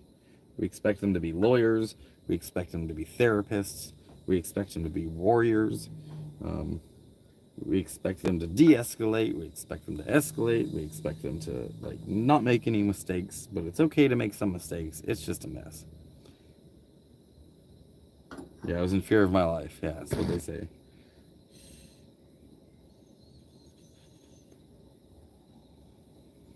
Yeah, it's between 25 and 30 dogs every day. That is insane to me. That's so many. And most of the time, it's probably not like the dog being aggressive. I can understand cops shooting some dogs that are trying to hurt them. Like, you're not gonna just let it bite you. I will say that there are other ways to stop them. Like, mace would be pretty effective. We use it on bears, don't we? People who don't want to shoot a bear, they go get bear mace. That would be pretty effective on dogs. But to immediately reach for your gun and just shoot someone's family pet, that's gross. That would. And I would expect that most of those situations was the dog just being a dog and being big and barking at someone, at the cop, and the cop just being afraid of a dog. Hey, take care, NorCal. Have a good one.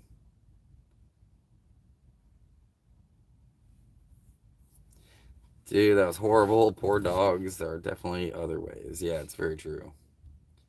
Should be last resort. It's true.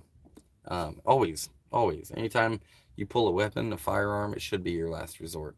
Like, I have guns in here, and I can think of like twice in slabs that I've had to pull my gun but I've never had to shoot it. I've never even aimed it at someone. But there has been, I think, maybe 3 times I've had to pull my pistol out just in case. Like, oh, it's getting a little heated, and I'm gonna go get this thing.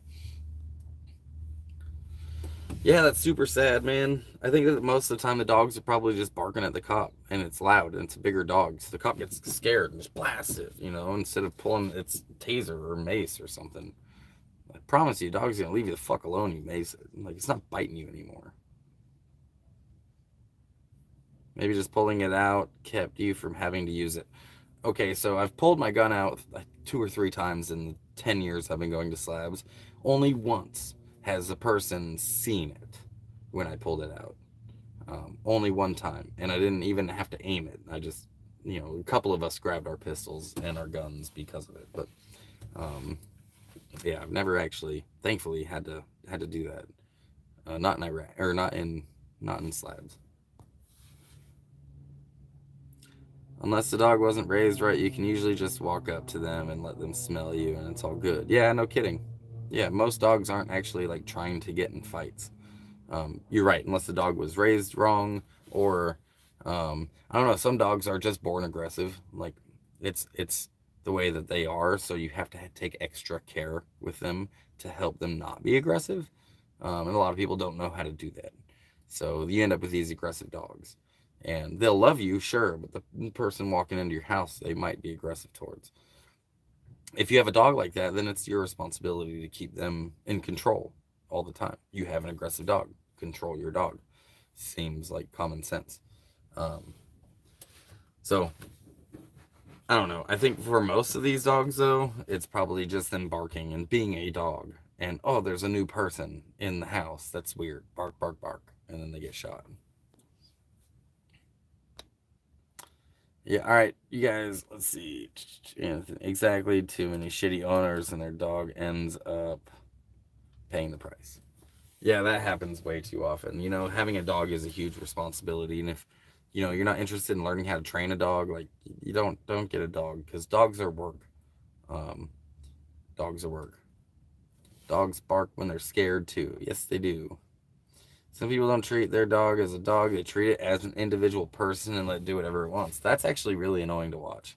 When they're like, it's like a teddy bear, and they get to dress it up, and it's cute, and it does whatever the fuck it wants because they don't bother treating it like a dog and training it. Um, yeah, that's actually one of the biggest issues I've seen. The new trend is a fake service dog vest. I saw a video the other day of a so-called service dog attacking its owner. I saw that video. Oh, I saw that video, dude. Yeah, there's a lot of misconceptions when it comes to service dogs. Bye, Crystal. Have a good day. Um, yeah, I saw that video. There's a lot of misconceptions of service dogs. It's super easy to just say that you have a service dog because it's illegal to ask for paperwork. So anyone who's told you like, "Oh, I registered my service dog," um, first of all, they got ripped off because they don't. There's no legal requirement to register a service dog. There's no legal requirement to have a vest on a service dog. Zag is a service dog. Zag is trained to wake me up from nightmares. We spent a lot of time training her to do this. She was not trained for public access. She's never been trained for public access. I can take her into public, but I don't. And I think that she would act fine in public, but I don't take her into public often because she was never trained for public access. But there is anyone who say like, "Oh, I've registered my service dog with a county or with my dog trainer or online," is most likely lying about their service dog because anyone who actually does take the time to learn about service dogs and how the law is written, the ADA law is written, there is zero requirement to have register your service dog or anything like that. And there's 2 questions they're allowed to ask, and asking for paperwork is not one of them. So the fact that it is so easy to have a service dog, um, it makes it easy to lie about it too. And I don't know what the solution to this is. It is a problem. There's a lot of people lying about their service dogs. But at the same time, if you require registration, that means you are creating a whole new government department. You're going to tax people, and the people who are disabled, the most vulnerable in our society, are going to have to spend money to get their dog registered, and that's bullshit too. There shouldn't be a registration for service dogs, but there also shouldn't be people taking advantage of that. If the dog is acting up, like this situation, the dog was actually going after the person filming, and that person had a service dog. The dog was going after his service dog, and then it bit the owner. That was not a service dog, but if it is, let's just say, the business is still allowed to ask that dog to leave. It's not acting properly. It's not trained for public access. Zag is a service dog, but she's not trained for public access. So she might act a fool inside of public too. If she does, they can ask me to leave and there's nothing I can do about it. So just because a dog helps you get through your emotionally doesn't make it a service dog. That depends. You know, you're right. There is a difference between a registered or a service dog and a emotional support animal, an ESA. An emotional support animal is actually harder to get because there is paperwork that's required. You need a note from your doctor to get an ESA, but ESA protections are only really for rent, right? Like you don't have to pay a animal pet deposit for an ESA or a service animal. But ESAs are not, um, they don't require public access. They aren't service animals. They are emotional support animals. A service animal is trained to relieve the symptoms of a disability. So, since Zag is trained to relieve the symptoms of a disability, yes, she does exactly what you're saying right there, is that she helps me emotionally. My disabilities are emotional disabilities. So that's exactly what she helps me with. But she is a service dog. It's she's trained to perform a specific task to relieve the symptoms of a disability. That makes her a service dog, and not an emotional support animal. An emotional support animal is not trained. It's just loves you, you know, like a cat or a dog. But it's not a service animal.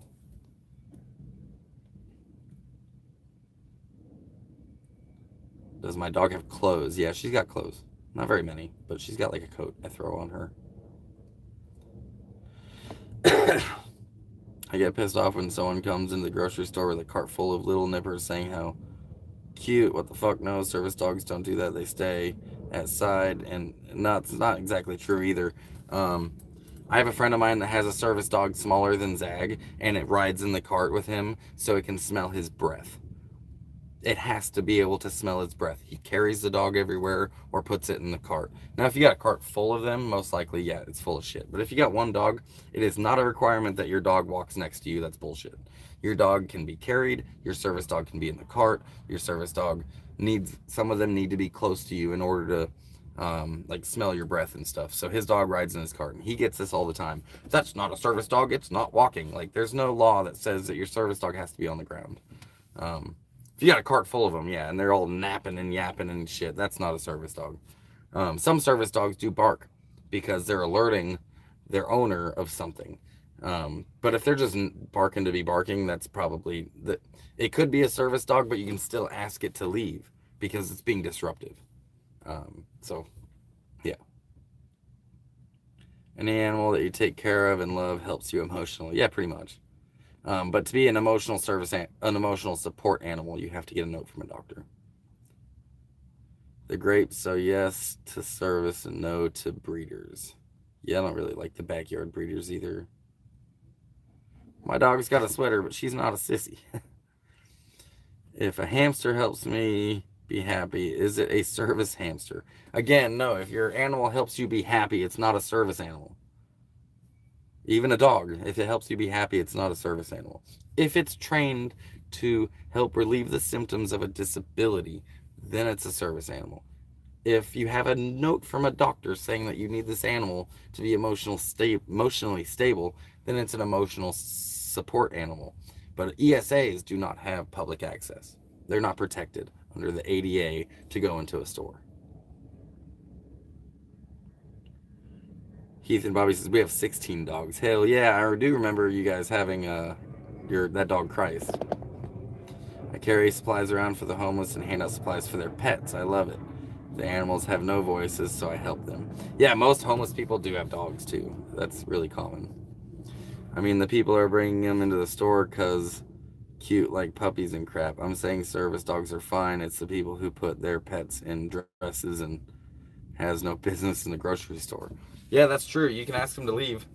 If you're gonna ask somebody who's claiming their animal is a service dog to leave your store, you better have some really good video evidence of them not acting appropriately. If they're urinating on the ground, if they're barking too much, things like that, not behaving properly, you better have some good footage of it. Otherwise, you might end up with a lawsuit. So if That's why so many businesses just don't enforce it. But there are times that you can ask a service dog, even a real service dog, to leave your store. And I wish that more business owners would start noticing, like, hey, that dog's not acting appropriately. You need to leave. You need to take your dog out of here.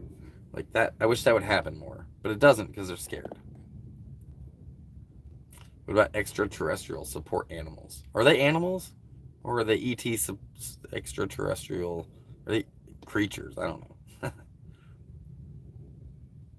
Yeah, service animal means it's trained to do something, exactly. I want an emotional support puma. Yeah, I don't think that you're going to pull that off.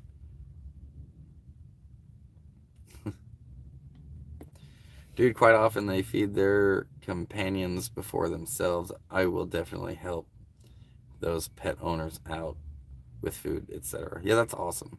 Um, what was it? The dog whisperer dude said that homeless people's dogs probably live in their most natural environment because they're wandering around all day looking for food. Whereas a dog that's sitting at home all day just with endless food is not in their natural environment. There's really no line there. All you have to do is pay a little more money and it could become an emotional support dog. Yeah, kind of. Like if your doctor like is like that, you could probably pay a doctor enough money to write you a note. I wouldn't ask anyone to leave. It's just I had a child deathly allergic and people just bring in their pets. Not service animal isn't right, but I do support service animals. They save lives. Yeah, Cesar Milan. Yeah, the allergy thing. Um, that's a tough one because I've even taken Zag in places and people have complained because so and so is allergic, but that's not my fucking problem. My medical equipment, which Zag is my medical equipment, doesn't care if you're allergic. I'm sorry, there are allergens that exist in the world. You should probably work on avoiding them. And if you're allergic to something, don't go near it. It's pretty fucking simple. If I was allergic to peanuts, I wouldn't eat them. If I was allergic to dandelions, I would take some Claritin. And if I was allergic to dogs, I wouldn't hang out with them. So if you're allergic to dogs, that's not a good enough excuse to get rid of somebody's medical equipment. I wouldn't complain. His allergies are for me to take care of, so I agree. Yeah, like, I'm sorry that there are allergens in the world. That sucks, but at the same time, like, it's not a good enough excuse that this like blind person can't bring their dog in, or somebody that's got one of those diabetic. That's my friend. He's diabetic, and the dog smells his breath. Um, and so yeah, like he needs that alert. It's the best alert. There's no alert that is as quick as his dog. They don't have that technology yet. So, um, in any case, yep. You guys got me a little bit ranting. 10 minutes over. I'm pretty passionate about the service dog thing. Thanks, Jamie, for that donation to get Zag some treats. I will get her some treats. So any of the donations that come through Super Chats, I won't be able to get till next month when YouTube pays out. But I really appreciate the donation. I will get Zag some treats. I've got her some already that she really loves, so I'll just have to restock on those. It's getting kind of low. There's your joint. Let's see. Yeah, like I said, those Super Chats I don't get right away. I won't be able to like get a joint or anything with those.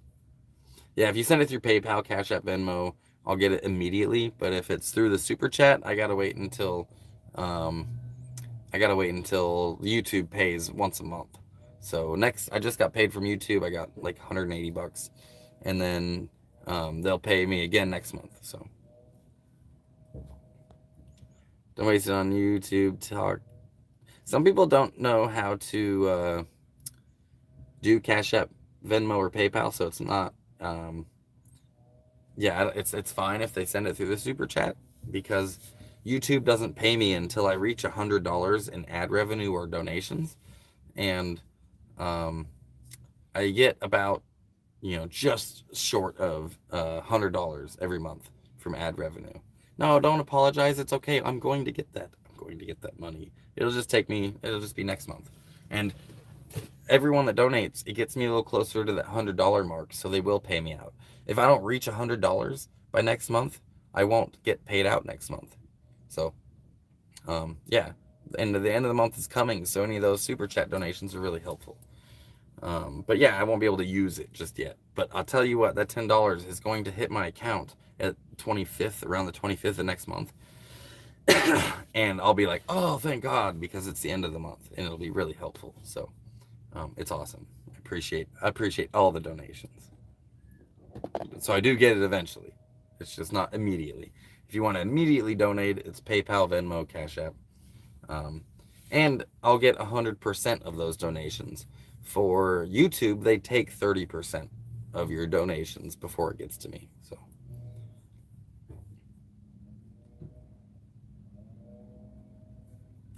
Hey Zig Mom says hi, and we're glad to see you on FaceTime today. Can't wait to see you next week. Also, John says hi. I don't know who this is. Who is A&S?